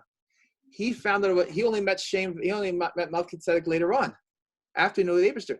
He just had that experience of opening up his understanding, opening up his consciousness." He spent time with Noach. I believe 40 years with Noach. Okay, but as some say that he recognized the Abishter at 3 or 5 and so forth. He Okay, recognized himself, but he also went to right. official learning. But he didn't rely on Noach. He didn't do what Noach did. Noach didn't daven for his people. Right. So he went outwards. He went outwards, and he brought the light into the world. So that's Take what you teach me. I'll take it. I'll do it better.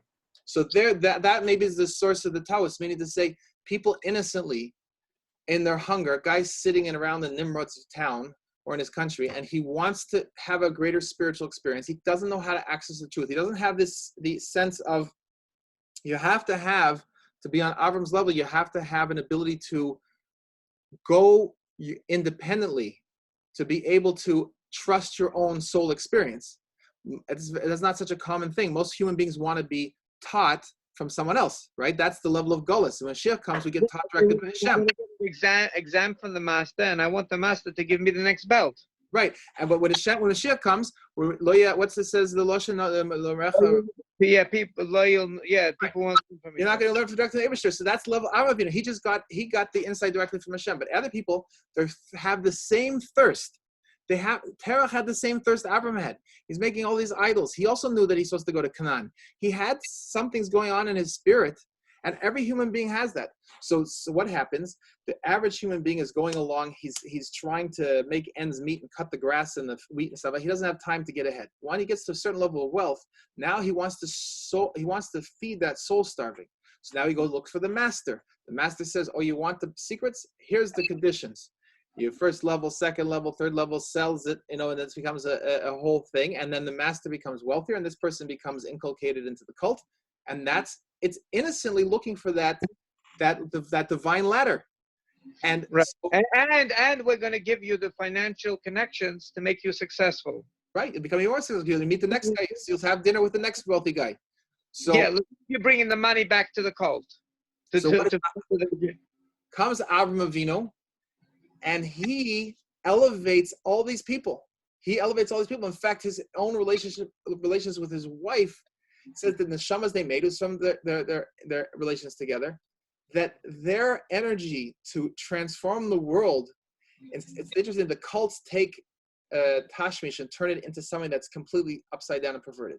Avram and Sarah, they took it and turned it into something that's actually outward, transforming the entire world, that through their being together, they elevated all these nefashas. The nefashas shemasar b'charan are the people that they elevated those neshamas through their intimacy, right? That's the opposite of a cult.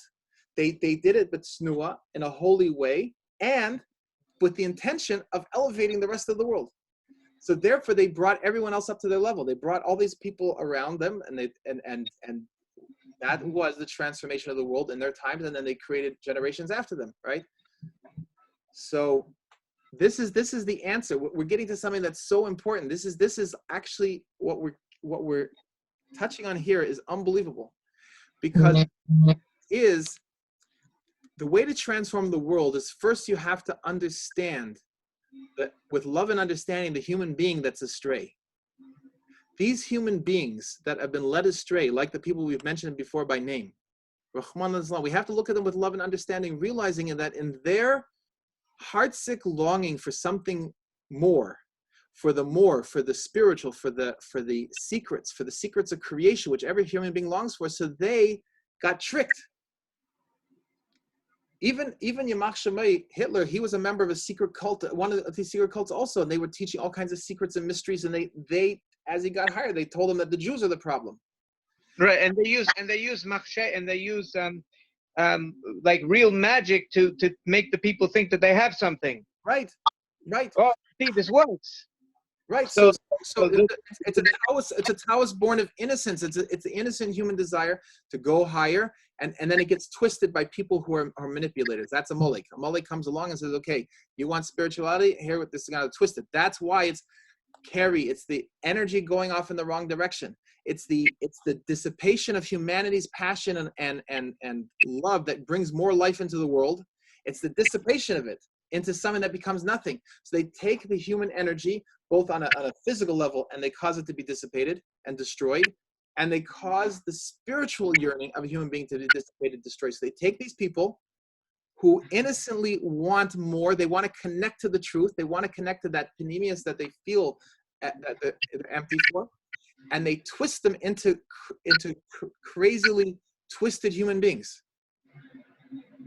And the answer that Abish is revealing to us right now is that the answer is to look at them with love and understanding and realize that the real filling of that emptiness, the real feeling of that, the filling of that yearn is the Torah. The Torah is accessible to them. They don't have to get any secrets. We don't have to give them any degrees. They don't have to do anything to get access to this. All we need to be able to explain to them, both the people who are already members and the people who are not yet members. We should have a recording that says, this is a message to Mr. So-and-so. It should be a video on YouTube. Dear Mr. So-and-so, we understand why you're doing what you're doing. And here's the real truth that you need to know. And that message is the message of emes. And it will reach him, and it will reach all the people that think that he's the way to emulate. And that's what's going to transform the world, because the whole koyach that they have, what does it say? It says that the whole koyach of klipa is from kedusha.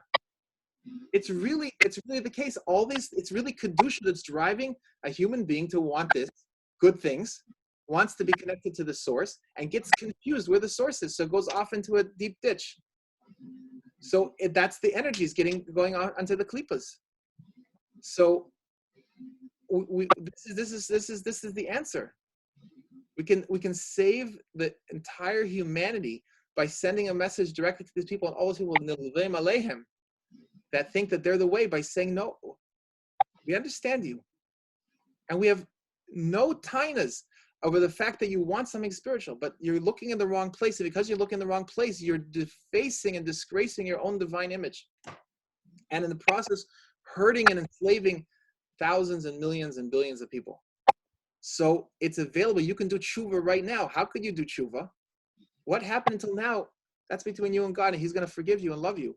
And we'll bring examples of that. It says by Rosh Hashanah, but Shaul HaMelech, that the tshuva, that just from the hero tshuva that he had over killing the whole kahanim, he murdered them. And from one hero tshuva, his whole tshuva is accepted. You know what God's capability of tshuva is? This is what we need to tell Bill Gates. And then also Avuz Daran, he killed so many people, and then he said, what's going to happen to me? Right. He did tshuva, and he had good children. Right. So we need to collect those stories and tell those stories with passion. This is the message.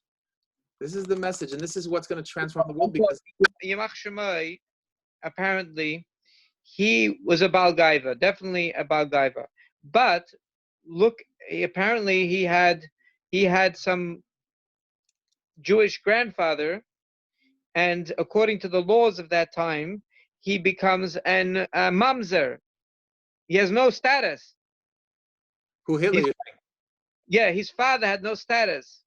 The story goes that there was a 40-year-old non-Jewish servant in a certain house, and the 19-year-old son had relations. She got pregnant, and they gave birth to a son which had no status in their world. In their world, imagine Germany. Oh, it was a mamzer I'll be told, but a mamzer I'll be Germany. Okay, yeah. Germany. So nobody wants this kid. So they had to change his name. They used their uncle's name. He was the kid or the grandkid? He was the son of this child. No, so his father was this illegitimate child whose father was this 19-year-old Jewish guy. Wow. And so then he felt this missingness in his heart that he never had any status. His father never had any status. And so the first people he destroyed was that city. He totally, 1930s, he totally erased that city because he wanted to erase that part of himself that he felt that he doesn't have a place in society as a human being. And when you explain the story that way, you can understand. You can have love and understanding for a human being in such a darkness. You can start to understand what it means to be a human being that is living in so lost in his thoughts that he is feeling such a distance from the Eibishter, and missing the fact that the Eibishter is creating him right now, and that his life is valuable and worthy, even though he came through a devalued relationship. But the Eibishter created him and is giving him life every moment, and no one was there to tell him that. All he heard was the messages that he was not valuable, and the only way he could make sense of it was to destroy. And you know where that happened? That's the yichus of Amalek. Amalek was the grandchild, the great grandchild of Avraham Avinu himself. But because of the grandson of the son of Esau, right? It was one of these people that was born in one of these no man's land relationships, exactly the same thing. Had no value, was shunned. And there's even a story, by the way, in the Midrash, and I don't remember the details, something about Timnah. I think his name was Timnah, that she somehow sought to become family, and somehow she was pushed away. And this is what resulted. This is the pain and suffering of human beings. And the suffering, when a person's suffering in that machshava, then they innocently out of, when Bill Pettit said to me when I went to the workshop that he did, and he was teaching the three principles, and he said, innocently, every human being is doing the best they can with the thoughts that they're having. Every single human being. And I said to myself, what about Hitler and Stalin? And I started to think about that, and it took me a while to start to understand. And this is bringing this much greater understanding of this, that even they were lost in their thoughts. We're not absolving them from the response. They still have a responsibility to choose which thoughts they're going to act on, and they're still culpable for their actions. But the seriousness, it's no different than a person who cheats on his taxes because he thinks that he is not going to have enough parnasa, because if he doesn't cheat on his taxes, or a person who's doing something else or whatever it is because he loses sight of the Eibush, or is feeling depressed. The person feeling depressed is also feeling the Eibush is not with him. So it's a innocent, mistaken. It's a thought that he's taking seriously. So once we can have that sense of compassion on every single human being, literally, from Amalek and all his, even Amalek and all his descendants. Look at poor Haman, also empty. He had everything in the world. He had honor and money and a beautiful wife and children, and there's the king's advisor, and just the one person wouldn't bow to him, and he couldn't. It aggravated that whole of being that descent of Amalek, and being also the whole midrash about his own illegitimacy. So that was driving him, drove him insane. And he lost everything because of it. What a tragedy. He was obviously a capable human being that could have served God in many, many great ways. So once we see that in that other person, then we have the capability of being able to talk directly to their hearts. Talk directly to the hearts and all the people that are confused by them, because they'll see. We don't have to spend our time, and we have to point out what's wrong with the population control agenda, obviously, because it goes directly against the Eibishter. But when we understand now the core of what's driving these people, then we have the opportunity to reach to reach these people, and to be actually able to transform them. The engine of Amalek will disintegrate. It will liberate. The whole world will be liberated from this. The Eibishter's kisei will be shalom when they crumble, because people are not going to want to sign up anymore. There'll be a few guys left that we're going to be trying to keep the whole temple and cult together, and less people are going to be interested, because they're going to get their seatbook from Torah and seatbook from the Eibishter directly. Value and family. So even if a person is davening and being able to connect to God or whatever with Yichudei Hashem, they still need that social belonging. For most people, at least, right? For most people, and that's very important for them. And that's maybe one of this is the angle of Sheva Mitzvahs B'nai Noach. We've covered the poor people to the rich people, to the engines of the world. We have, and also, I believe it connects into the whole war on humanity of the social distancing. This social distancing is a war on the core need of a human being. And we cannot measure the effect in spiritual, emotional, mental, and physical disruption of the energy of the intertwining of humanity that's being caused by this. Like And Dr. Fauci, you need to ask him, do you feel connected to people? well, How is if he's a sociopath, he's not feeling connected to anybody. right? We can't. The truth is, medically, you can't heal antisocial personality disorder without iskaf. Only iskafia can do it. Only iskafia can do it. I mean, maybe you can make a nest and varim yitzim min alev, nichnasim alev. The Rebbe said it. Maybe it's possible. Even an anti-Semite, if you meet him properly and you speak from the heart, it's going to affect him. If you meet the head of the Nazi party in the American Nazi Party, the local American Nazi Party, and you relate with him of love and understanding whatever is driving him is a deep, deep feeling of disconnect from Hashem, then you're going to speak to him in a completely different way. Right. So then what he's going to need to do for refuah is do a lot of iskafi, a lot of delayed gratification. And that will give him the siyata d'shmaya to open up his heart again. That's what they need to do. They need to do delayed gratification, fasting with speaking. I don't know, whatever's delayed gratification in their world. But they also happen to be very aesthetic. They say that Hitler Makshamo ate porridge, undercooked porridge that was cold with no salt in it, no sugar. Like there's a lot of ascetic type deprivation things that they have going on in their cults. So I don't know what iskafi for them is. We have to find out what it is. And also I think that the thing about the sociopath, I think that even though a sociopath may not feel a sense of compassion for other human beings, he still needs to connect, and he still then is going to he's going to find a master and still serve the master. So the obvious truth is that's the structure of a mafia. Right. That's why this guy we're talking about is not living on a desert island. He might be a sociopath, but the sociopath is not living on a desert island. He's running a group of people to control millions and hundreds of millions of people, and he's reporting to other people higher than him. So he may lack empathy. He's still driven by that need to belong. Every human being, even if he's a sociopath, still has a need to belong. It's a question is, what is he going to belong to? Is he going to belong to something that's going to be for the good of other people and that expresses compassion and goodness, like, a Kiwanis club or some sort of, someone that's going to help with the poor, or even going to some sort of house of worship? Or is he going to be working to plan the harming of other people and the control of other people? But it's still the need to belong. So it's interesting that in the early 2000s, most of the mafia bosses in New York turned to become FBI informants. And one of the reasons why they turned is they were megala to them that the guy on top of you is an informant on you also. Oh my goodness. That's how they broke the whole mafia in New York. They were killing people till early 2000s. Wow.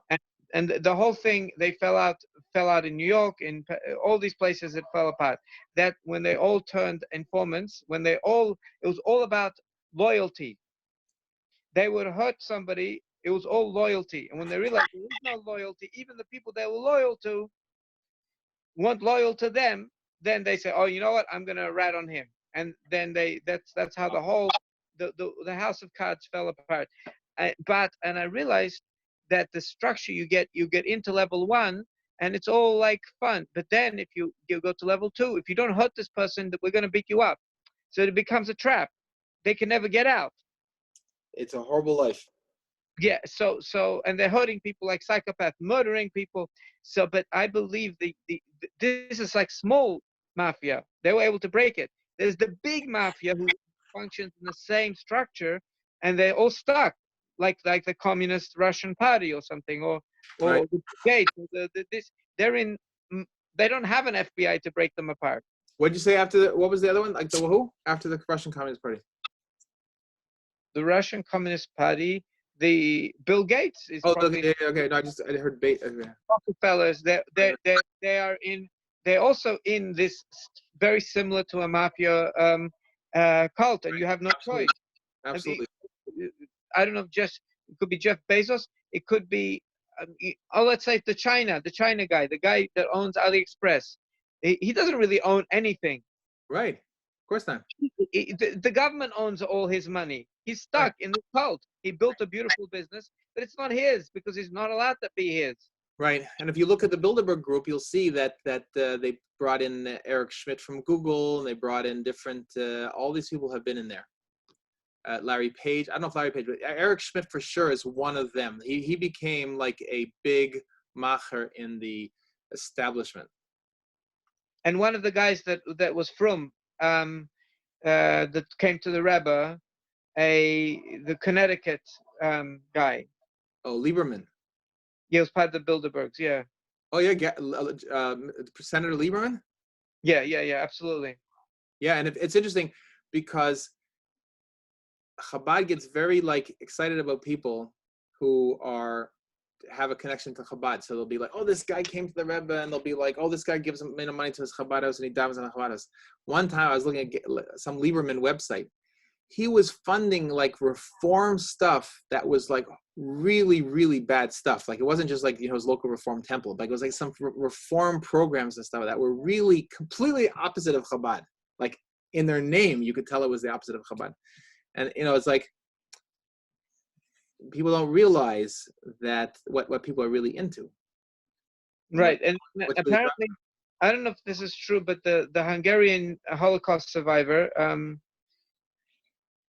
maybe he also is part of this. Like, how did he become so rich? Maybe he's also part of this cult, and he has to spend his money in the way he does. Yeah, absolutely. He was allowed entrance into some. Maybe that's how he became wealthy.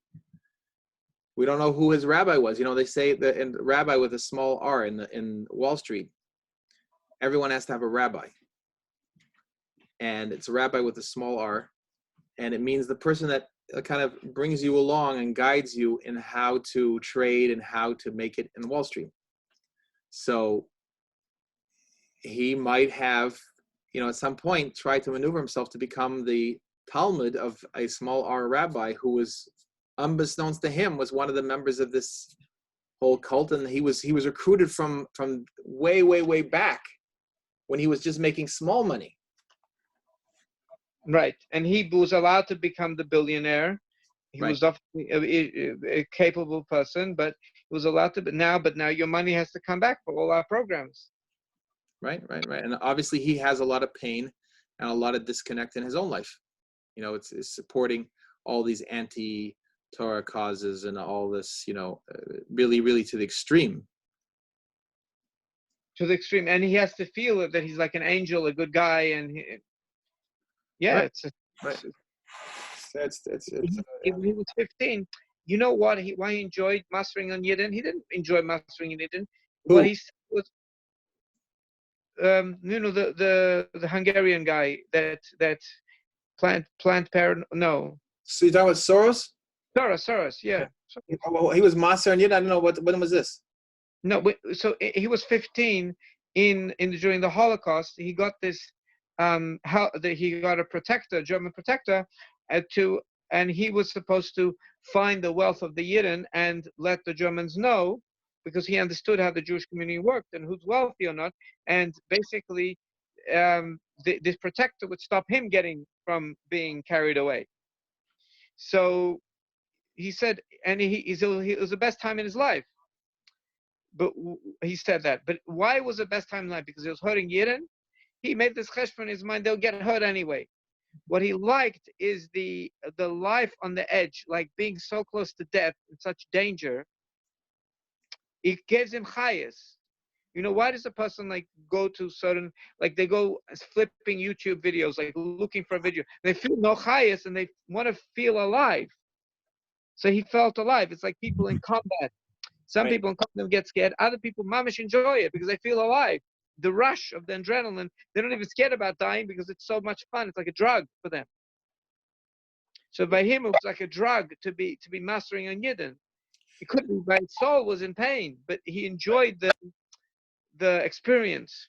And don't forget also part of the belonging, that in the choice between the downtrodden, belonging with the downtrodden who are being murdered and slaughtered, and having a German officer as his protector, those German officers were with it. I mean, their dress, their mode of conduct, the way their boots were polished, their uniforms, everything was high level, cool, and the top of the line. I mean, I mean, Hashem to say this about a Gestapo officer, but I mean, they carried themselves. They were trained to carry themselves in a I don't want to use the word dignified because they were not dignified human beings, but they carried themselves with a militaristic, upright bearing that is very impressive and impressive on a person. And if you have a 15-year-old that is going to be taken under the wing by one of these people, that is a powerful being indoctrinated into the secrets on that level of someone who's on the inside and that power connection and that. So I think it's more than just living on the edge. I think it's because he could have lived on the edge by helping the rabbi help people escape to the forest. But the rabbi wasn't going to give him the feeling of a German officer dressed the way he was, and now he's part of the group. Right, and we have to remember his father was also into this psychology of one world government, because Esperanto was supposed to be the language for the entire world. And so he changed his name from his Jewish name to Soros, which Esperanto is very Spanish. And so he changed it into Soros because it's the idea of he's using his Esperanto name, that the whole world should have one language. Wow, I didn't know that. So his father was obviously involved in this one world ideology already. Well, so that's a cult in itself, meaning to say that the cults know who the other cult members are, and then therefore the Nazi objective, which was really the extension of the cults of the Illuminati and the Budna Gretchen and stuff like that, then the other cult people in all their different branches know that this is the cult that's supposed to have the call of the hour. It could be very much that this is when this. Who knows what went on in his home? Maybe there was a idealization of the Nazis, the Nazi Party, because of they were going to bring around this one world of thing. So it could be that he was saved with it because somehow somebody knew somebody that was part of this cult, and he was like let through. That's very possible. Very possible. That's amazing. I knew there was obviously something wrong, because such a twisted end result that you see today, just from the stuff that we know, and we don't know 10% of what he's into. So he was indoctrinated from birth, obviously. Right. So like Bill Gates, like a lot of these people. Absolutely. Yeah. And you see, it really goes, and that's they have a whole chinuch system themselves, Yes. So it's a branch of the Haskalah movement. Right, and you see also even in the Communist Party in Russia and China, you'll see the son went to this military college and this war college, and they're all brought up the ranks in succession with their parents, whatever. Yes, so there's the same similar like the CIA. It's all usually a Yerusha, and nobody ever leaves it in intelligence. And Yale is the American government, and they're all part of this skull and bones. That's only one of them. There's about 10 of those secret societies there. That one just happens to be famous because the Bushes were in it. Yeah, so they want to I want to be part of a gang. Right, and the head of Federal Express was in that same group. And so he was allowed to grow, I guess. Right. They're going to help him. Let's going to help each other with the gang, and we're going to give you an unreasonable amount of help because you're going to help us further our ideas. And we have this old idea, and we're all working together towards this idea. That's camaraderie. So they're really tailoring to a person's basic social needs, and then creating a whole binyan from it. Yeah. I think it's interesting. You see from people, or the world in general, but you see from people, like they don't believe in conspiracy theories, and that's just a conspiracy theory. The interesting thing is, anyone who tells you that that's a conspiracy theory, obviously doesn't understand human nature. Because if you understand human nature and the need to belong, a conspiracy is the most obvious thing. Because people will by wanting to belong, will join things, and some people are going to join good things, and some people are going to join bad things. It's just a fact. There's only two options. You're either joining a good thing or a bad thing.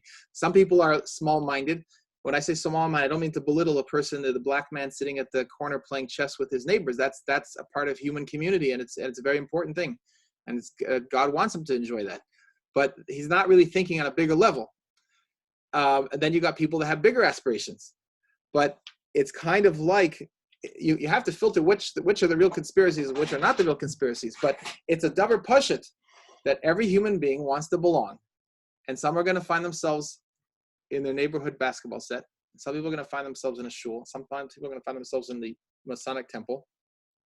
And they'd even joined the Masonic temple, and they didn't even know about the cult because the cult level started at 3 or whatever, at 6 or whatever. Right. By that time, it's like mafia. You can't leave. Right. I was very fortunate because when I was at Berkeley, I decided I was going to join the AE which was the Jewish fraternity.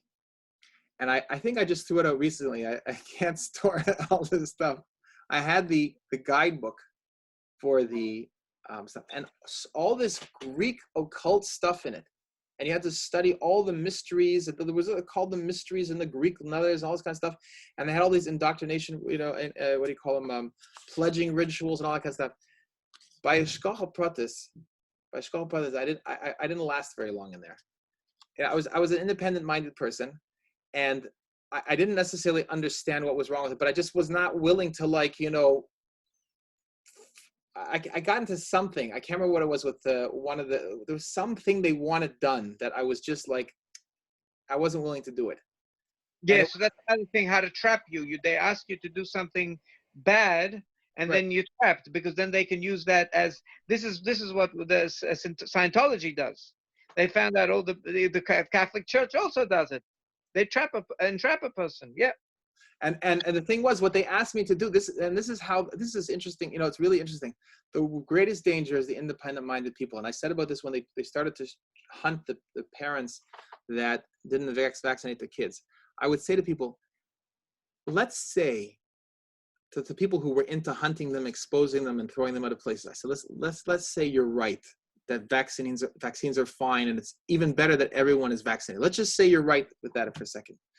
Do you realize what the value to a community is of independent thinking people? Even if all these anti-vaxxers are wrong, your community and your life is safer from having independent thinking people, because they will always be thinking things independently. Sometimes they're going to be off the wall, and sometimes they're going to do something that's going to save your life. And you're crushing them and you're driving them out of the community. You're endangering the community more by squashing the independent thinking people than by getting everyone vaccinated. The danger of not having every kid vaccinated against the measles and these other things.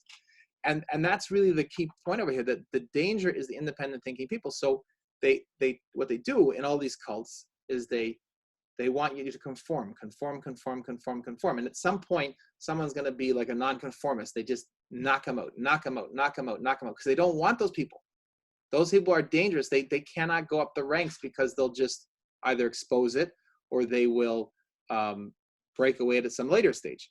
So there's really that process. So I was zeicha. I didn't even whatever the issue wasn't necessarily even a point of great principle. Something of my personal obstinance came head to head with something that they had as the way they want things done, and I just didn't conform to that. And so they were like, I remember the guy came to my, came to my house. The guy came to my house, my pledge brother. He wasn't even Jewish. I think it was a Oriental guy. Came to my house, and I remember sitting in the sofa, and he was like, it's not really working out for the fraternity, your membership. And it was basically came down to that I was not the person who was just going to follow the orders. That's what it came down. They just said, we decided that you just can't follow the orders, and you can't follow this, and you're not able to integrate yourself into this whole thing the way that is necessary to rise up the ranks. So the Abish just saved me from that. Many times I was saved from that. And I'll just share with that story.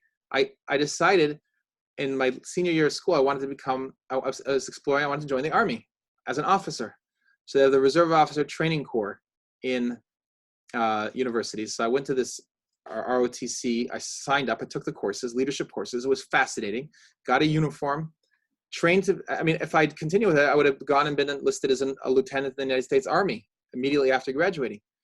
And I'm taking all the. I'm you know, by that time I had a yarmulke and I had a beard and stuff like that. And I grew up in a modern Orthodox family, but wearing yarmulke was not something that my father didn't. You know, we wore it in shul and Shabbos stuff, but he didn't wear it around the streets. So, but now I was wearing a yarmulke full time. And anyways, they tolerated me, and I came to all the events. And Shabbos, I missed the Shabbos trainings, and I would drive down to the Fort Ord after Shabbos, Moitzi Shabbos, drive down the pouring rain to do the training exercises in the fields and with the artillery going off. It was amazing stuff. It was really amazing with the rifles and climbing through the mountains. Okay, I did all this stuff and the leadership and you got the sandbox and you're planning these missions and stuff like that. Each one of us taking turns and we're getting real commanders teaching us how to do this stuff. So towards the end, I'm trying to decide what I want to do. Do I want to sign up for the army? So I remember Major Nugent, a Vietnamese fellow, really nice guy, sits me down in his office and he says, we're talking about options and stuff. He says, I want to tell you something. In the army, he says to me, their God is the army. So I have to choose, he says, between God and the army. So I said to him, well, I guess if you put it that way, I'm going to choose God. And that was the end of my army career. And we all want to belong, right? There's nothing neater than being in an army, in an army unit with other officers and planning stuff. It's a beautiful experience. There's no taking, like we're talking about. That is a genuine human experience. It's a spiritual experience also. But the key is the difference between a cult and a genuine group of people working together is that the purpose of the cult is just for the purpose of belonging. People who long to belong join, and it doesn't matter what it's going to do. They just want to belong. That's different than, let's say, forming a chess club that each one of us really likes to play chess. And we decide that we want to sit together and play chess every Sunday afternoon. That's not a cult, because I play chess and I can play chess with myself or anybody else. But we decide to get together for a common interest. And that's what the United States was founded on. The United States was founded on men who had the common interest in liberty, and they got together to create a country that was based on a common interest, not because they wanted to belong. In the process, you get to know and be friends with the people that share your ideals, but you're willing to walk away from them all at any minute because you're not there for the friendship is the side benefit, and it's an important side benefit. It's an essential side benefit, but it's not the reason that you're there. You'll find other friends that you can align with because they hold your same values if you leave this group. So you're never afraid to leave the group, because you're not there to be part of the group. You're there to advance what you believe to be true. And if these people don't stick with the truth, then you're prepared at an instant to move on, to find, and it might be lonely for a while, to find other human beings that share the same values. And then you begin to develop friendships and working relationships with them. So that's the difference between these two.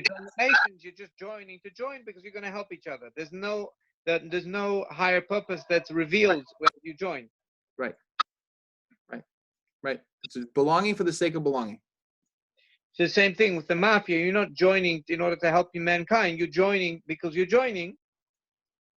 And it's a lot of fun, but you're going to find out that you're going to have jobs. You're going to be inculcated into jobs for them. And that's where Louis Farrakhan and these people like this, Nation of Islam, they are tremendously successful because they're coming into a broken people, Rahman al-Islam, that have had their lives destroyed by the communist agenda and the socialist agenda in this country. Their families literally destroyed. The whole thing of giving welfare destroyed the black family. The whole thing of desegregation destroyed the black family. Busing the kids around and moving the families around and created the projects. It was a war against the black population. And by the way, I think I mentioned this in one of the things that the CDC, one of their primary early proud moments is that they went into the black hospitals in the South. White guys from the CDC in 2000 told the black ladies who were having kids every year and a half. They said, it's better to have it healthier for your body, to have weight and take a space, and you should they push birth control, all these kind of things. This was the CDC. It was pushing birth control and family and reducing the world population on the black population. Okay, so these people there's a war against the black people in this country, and we need to recognize that, because we're like, okay, well, we're looking out for the anti-Semitism, but if any human beings are being murdered and aborted and targeted, it's definitely the black people, and it's not what these revolutionaries are saying. The Black Lives Matter. It's not the police. Those are not the dangers to the black. The danger to the blacks is the anti-spiritual, anti-God teachings that has destroyed their culture, which was a noble culture of spirituality, down-to-earth humility, great, really passionate people, really fine people that was destroyed intentionally. So I don't remember what I was going to say with this, how I got into the thing with the different type of cult. We're speaking about different types of cults, and how that cult. So the CDC is coming with a purpose. They believe they're helping the world by making these people have less children. So the Bill Gates believes that he's doing something good. Oh yes, the Nation of Islam. So you have a person. So now he comes along and he teaches them how to be self-respecting, creates a family structure for them. Okay, he gives them the infrastructure to create families.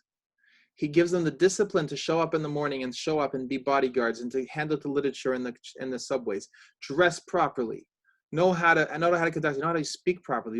These are really disciplined people.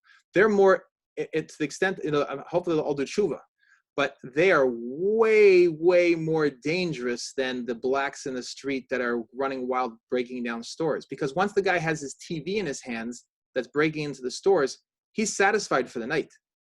But a militarily trained soldier, which is what the Nation of Islam is, doesn't get satisfied from a TV. He's not interested in the TV. He has risen above the TV. He's risen above the needs of the world. He is a zelu mazeh. He's been built into a spiritual man and a disciplined man. And that's why it's so popular. That's why Islam is so popular now in the jails. Something like 30% of the jail population is Muslim. They're all blacks. There's very few Arabs in the American prison system. They are black Muslims because they are being given a structure, and they're being given a value and a sense of belonging. All these things are being given to them, and they are what's being created. And the men, and they deserve respect, so they get respect from their wives. Maybe they can be abusive wives, but still, it's a structure. Right, and something like, I don't know if it's 30% of the United States military. You should look up the number of the percentage of the United States military that's Muslim, also black Muslims. Okay, because this is providing a structure. So in the destruction is always the void, and the void has to be filled. They say nature abhors a vacuum. So in the spiritual vacuum, somebody's always going to come in, and because and Rahman al-Islam, we've got to move fast. But just a whole new world. You just open him up in a whole new world. In the infrastructure, there has to be a Tzivis Hashem. There has to be the military aspect to it in the infrastructure. We're just nice and we're going to socialize. I was thinking the Spanish like to socialize. No, they also need a military structure for them to be happy. Right. And it's their own Tzivis Hashem. The kids need their own Tzivis Hashem. Right. That's exactly right. And so we have So we covered the poor people, we covered the rich people, but we forgot that this is also a need, the discipline. The discipline, right? Absolutely. And that's where it's interesting, all the terrible and the terrible things that have happened over the last 150 years have been from very, very disciplined groups. The Nazi youth, very similar, just rambunctious kids, undisciplined kids that were turned into a tremendously disciplined people that were able to follow orders to do anything. And the Nation of Islam, there's the United States Army today doesn't have the backbone of discipline at all. They don't stand a chance from God will bless, the United States military, because it's fighting on the side of good, will be blessed with success, God willing. But they don't, from a pure military standpoint, man to man against in terms of discipline and skill against, let's say, a Soviet officer. There's it's the discipline that they're brought up with in these communist countries, and these where they really inculcated from an early age is on a completely different level. The internal self-discipline. Because the Americans only win because they think out of the box. Right, and that's a blessing. And we don't want the Americans to be militarized and cold and so forth like these other countries. But I'm not saying the Ganai of the Americans, chas v'shalom, but I'm saying the Americans have lost. And the truth is, by the way, the Continental Army was a disaster and was completely disorganized and undisciplined. And that was a well-known fact. And it took a German, von Steuben, who came here and had to train them to be able to be a fighting force. George Washington couldn't do it. It took a German. Even World War II was a disaster. They realized they can't do anything. They're going to wait till the Russians win the war. And then when the Russians win the war, they were bombing Hitler, Yamach Shemay, and he couldn't stand it anymore. He was spending so much money trying to protect Berlin. And they promised him that if we will stop bombing, and it's not popular also, people don't like it. So he said, we'll stop bombing if you attack Russia. Oh, really? Yeah. So if you attack Russia, they stop bombing Berlin. Oh. And then he said, now we have to get Russia because the Americans can't fight the war. So had to get Russia to fight the war. And only when the war was over was already the Americans figured it out. We can produce stuff. We can't fight wars. Right. Once they already had it all figured out that we're going to for sure win the war, they came along and they won the war. They didn't win the war with force. They were just thought out of the box. Like, how on earth do we do this thing?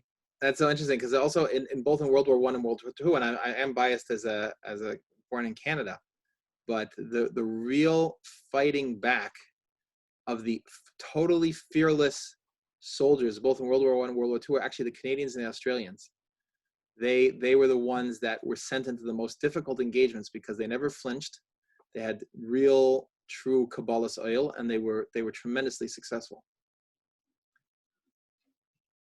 So you're Australian, so you'll appreciate that, right?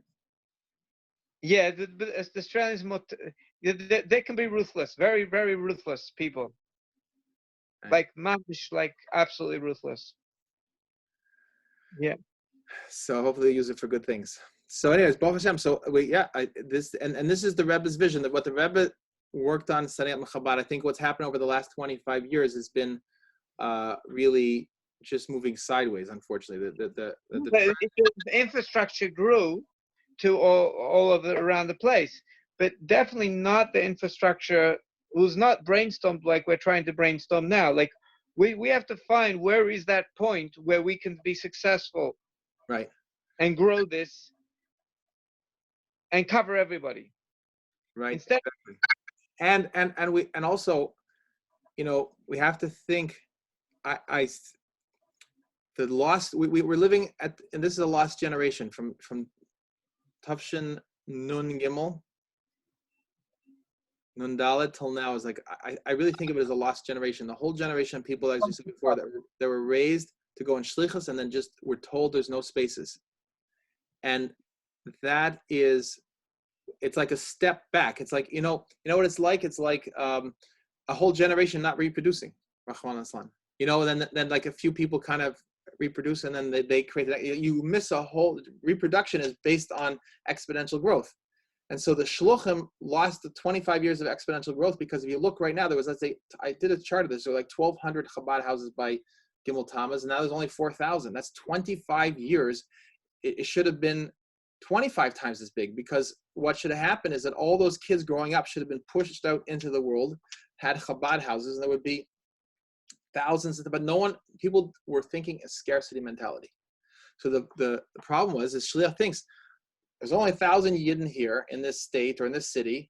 I'm the only Shliach, so I can't let anyone else in. Maybe I'll make space for my son or my daughter, So this is the problem. When you go into these Bilderberg groups, whatever they are, they have resources. Bill Gates, his mother, he's making a stupid business that he didn't know how to make. His mother makes a phone call. They're bankers, and like 300 people come down to his little place, and they help their little son to set up a viable business. like the Rockefellers. That's what the Rockefellers also do. They have a team of accountants and lawyers and everything like that. The young man comes down, we'll start your business, we'll run it for you till you're successful, right? So that's the problem. I can't. Why I learned smicha and everything. There's no infrastructure for me to use out my skills that I should have a team of lawyers and this, and they're going to figure out my Chabad house that till it's successful, and I'm going to run it, and I'm going to give if I had a father, he would bring me in. He would bring me in, and he would teach me all these things till I know I'll go fundraise here, go fundraise there, like this. But even if I try to do it, I get choked for lack of money of day-to-day life, right? So we're forced into doing what I do. Our infrastructure is not good of these old boys. We don't create money and wealth for them, and something a model that can work. Right, a model, and the model is, I think that instead of looking at there's only 1,000 Jews in the area, there's really 500,000 non-Jews in the area. Those also need to be served, and they will, you know, as the Rebbe says, the reason that you do business with a non-Jew is because you're just supposed to teach him Sheva Mitzvahs B'nai Noach, and then he will reciprocate with Gashmias. The same thing as with teaching. So if we saw every city by its total population as the potential, then you wouldn't have enough. If you took all the 25 years of people that did not go into shlichus, plus everyone that's now waiting in the kollel, and you took all the kids all the way down to kindergarten in all the Chabad institutions of the world, you would not have enough. Still would not have enough shluchim to serve even a fraction of the human beings in the world. Right. So what happens? People say, "I want to become a lawyer." How much, whatever, accountant. How much does accountant make? I'll go to college. I'll become an accountant. It makes sense, right? So that's the problem. Go to shlichus. There's nothing. Right, I can't. There's no salary, and there's no infrastructure even to guide you on how to do it. There's no salary. There's no infrastructure. There's no seed money, right? There's 2 years. Should be 2 years seed money. That's the minhag by Yidden. You told me that beautiful story, right? And another stuff, but then there's all the feeling of competition, and there's no one's giving you a place to even start that. Well, there's no competition. If you're serving goyim, the world's the limit. You're gonna have unlimited. Right. You're gonna have priests that are gonna be upset at you, but I'm sure there's some way of dealing with that. There's a lot of people have no shaykhs to religion. The priests have no power anymore. The Rebbe said there's no danger from teaching Sheva Mitzvahs anymore, and it's not just because the Goyim are tolerant to the Yidden. The reason is because all those priests, all those old religion things, they don't have any power on the people anymore. They can't even get a rally together to fill the churches for mass and give them biscuits and wine. That's how bad the situation is deteriorated. It's not fulfilling their social needs. So right. we really need a social organization that is kosher for them. That's all what we need. It's a social structure that is kosher, that's going to fulfill their human needs and in a kosher way that brings Yichud Hashem as well. It's not fulfilling the social needs and not the spiritual needs, because the churches have become so watered down. They read like the New York Times. There's nothing distinguish them. If you want to hear about how to support socialist causes, you don't have to come to church. You can go sit to read the New York Times and get the same message. So there's no unique value in church today. In most of in the mainstream churches, some of the evangelical ones still have a unique, more unique message, but and they do offer the social part, and those are the ones that have this real success. They have the numbers. Yes, they have the numbers. Yeah, the numbers. So Mitzvah Shem, I think that we've covered a tremendous amount of ground tonight. I think that I'm so happy you came to this. I really, really appreciate the time with you, and mevar these inyanim. And I think that the next step is to. I think there's two parts to this, and I'll tell you.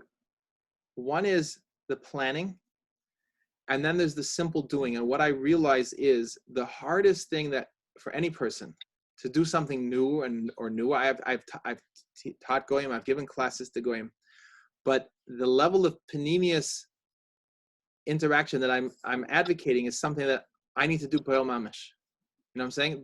That's what we need to create the examples of exactly what we're talking about, because it's all emes. It's emes la'amitei.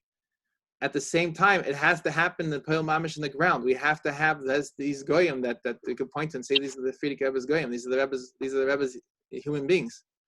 So I want to come up with a plan. We have to work on multiple levels at the same time. We have to have the grand plan in mind. But we also really have to schlep around a human being that walks on two legs and says hello and sit them down and develop as we're working with them and interacting with them. Develop. We have the plan. We know what's needed, but we also can't spend so long planning that in the meantime the problem is when you plan, it's not real, right? And then only when you do, you find out what's real. And why did I spend so much planning on something that's absolutely theoretical? Right. And George, speaking of great generals, General Patton, who, by the way, didn't want to let the Russians take Eastern Europe. He wanted to take all of Europe. And they say that's, some people suggest that's why he was met an untimely end, because he wanted to continue another war also. He wanted to attack the Russians. Right. And MacArthur wanted to go after the Chinese, and both of them were removed. Right. One had to be killed because he was too loud. Patton was right. Patton, he was going against Eisenhower. He was disobeying orders. Yeah, and the other guy was just relieved of command. Because you know what happened with MacArthur? There was these rules in the rules of engagement. So the American pilots were not allowed to actually fly over, I believe it was across the border to North Korea. They couldn't fly. I can't remember the exact line where they couldn't fly, and the American planes had to fly, and as they flew, when they finished, the Americans had the rule you couldn't go for any further, because that would really defeat the communists. So they had to turn. And when they turned, of course, that's the most dangerous time. When the plane is like this, turning back to come back to the aircraft carrier, it's now completely exposed. And so one of the planes was hit, and the plane basically crashed, landed on the aircraft carrier where MacArthur was. And he came out and he held this pilot while he was dying. And he knew why it happened, and he realized it's because of the following his rules of engagement, and he gave the order to launch an all-out attack on the north. He just completely overthrew all his orders, and he said, because he was so touched by this needless death of this pilot, that he said he gave the command, go, everyone go, and there's no rules. And as soon as that got back to Washington, that's when he was relieved of his command. And I read a book of General Moore. It's a fascinating book, Principles of Leadership. Leadership when outmanned and outgunned. And in there, it's amazing to read. He doesn't go so much into drawing attention to it, but it's obvious from his history. He was the most successful officer in every position he ever held. And the more successful he was, the more they moved him off the front lines. He engaged in the first engagement in Vietnam against the Viet Cong. He had 400 men against something like, I don't know, it was 2,000 or 4,000 Viet Cong, and he beat them. And immediately they took him out of that command and they put him somewhere else, and then somewhere else. And he turned around military bases in North Korea that were drug infested and racial fighting and between the whites and the blacks in the United States Army. He literally turned them around in very short periods of time. They took him back to the United States and they put him in like training somewhere to train people. And then when he was turning around the American bases and going back to the pre-Vietnam training style, they took him out of that and they put him in Washington, D.C. And then finally, they gave him some like insulting demotion, like a promotion to something that really has like no one working under. It was like a sign that he's not going to go any further. And then he's put in his retirement. But that's what happens to real leaders in these structures. When you're stuck in the structure, then, and you believe the structure is the only way to serve, then you're stuck. You can't, you get. So what happened? So he wasn't part of a cult, obviously. Right. He was busy doing his thing, and if he would be part of a cult during the agenda, he would have gone all the way up. Right. So General Patton said that all the best plans fall apart at the first shot. You can have the greatest military plan, and as soon as the first bullet is fired, everything falls apart. So that's That's why, going back to our point about we have to take action, because we can come up all He had vision. He had a vision, and he had the skills to implement that vision. I don't have this vision we just created, almost like a general vision. I don't have the skills to implement it. What you put me out there, I'm lost. I don't know what to do. So first of all, Sorry, and then I'm going to be crying that I don't make him enough money. Something's wrong. I'm missing skills. wait, say that what? I can go and I can do an amazing shlichus job, and I can give out cookies and speak about Yichud Hashem, but I'm going to be upset that I didn't make enough money because somehow I'm not supported. I don't have the skills to live my life properly. Just so I think that is a thought, and I mean this with love and respect. I think it's a thought, because the fact of the matter is the Eibishter gave you the capabilities to live your life properly. It has to be. There's some thought that you're taking seriously that's impeding with that. There's some thought somewhere, and the thought is that you can't, because you're an extremely talented person. You have the capabilities. There's and this is not in any way a judgment, because we're all only living 1% of our potential. I would if I knew. I would if I knew. I think the first step is to drop the word can't. It's more a tefillah. Like you say, Rachamim is filling the chasaron between. It's Eibishter. Please show me the next right action to this, and you're going to see actions are going to come to your mind that you're not even going to understand what the sense is in terms of the question you're asking. You'll take the actions, and you'll start to see.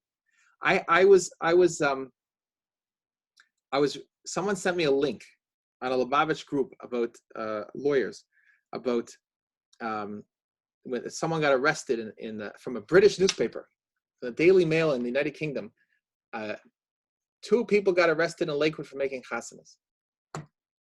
So I'm reading the article, and I see one of the names. It looks familiar. The thought comes to my head. I know this guy. Let me call him and say, what happened? I call up the guy. I say, what happened? And he tells me the whole story. So it turns out that his lawyer was there when they happened. The lawyer told the police to leave the property. It's completely legal, and the police left. The lawyer told him to leave. So they didn't stop the chasana. The police gave a ticket and left. Anyways, it's being reported everywhere he was really arrested. He wasn't really arrested. He got a ticket. Okay, so that's it. We have a conversation. He's not going to fight it right now. He'll see how this whole coronavirus thing. So he'll fight it later. After everything blows up, he didn't realize at that time. No one realized how long it was going to go on for, right? Anyways, a few days later, I get a phone call from a Rosh Yeshiva, wants legal advice on constitutional issues related to running a yeshiva.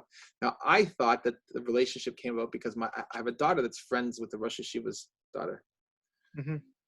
What I found out later is that the Rosh Yeshiva's cousins with this fellow that I called, and the Rosh Yeshiva called up this cousin and said, hey, you have anyone you think could do constitutional law?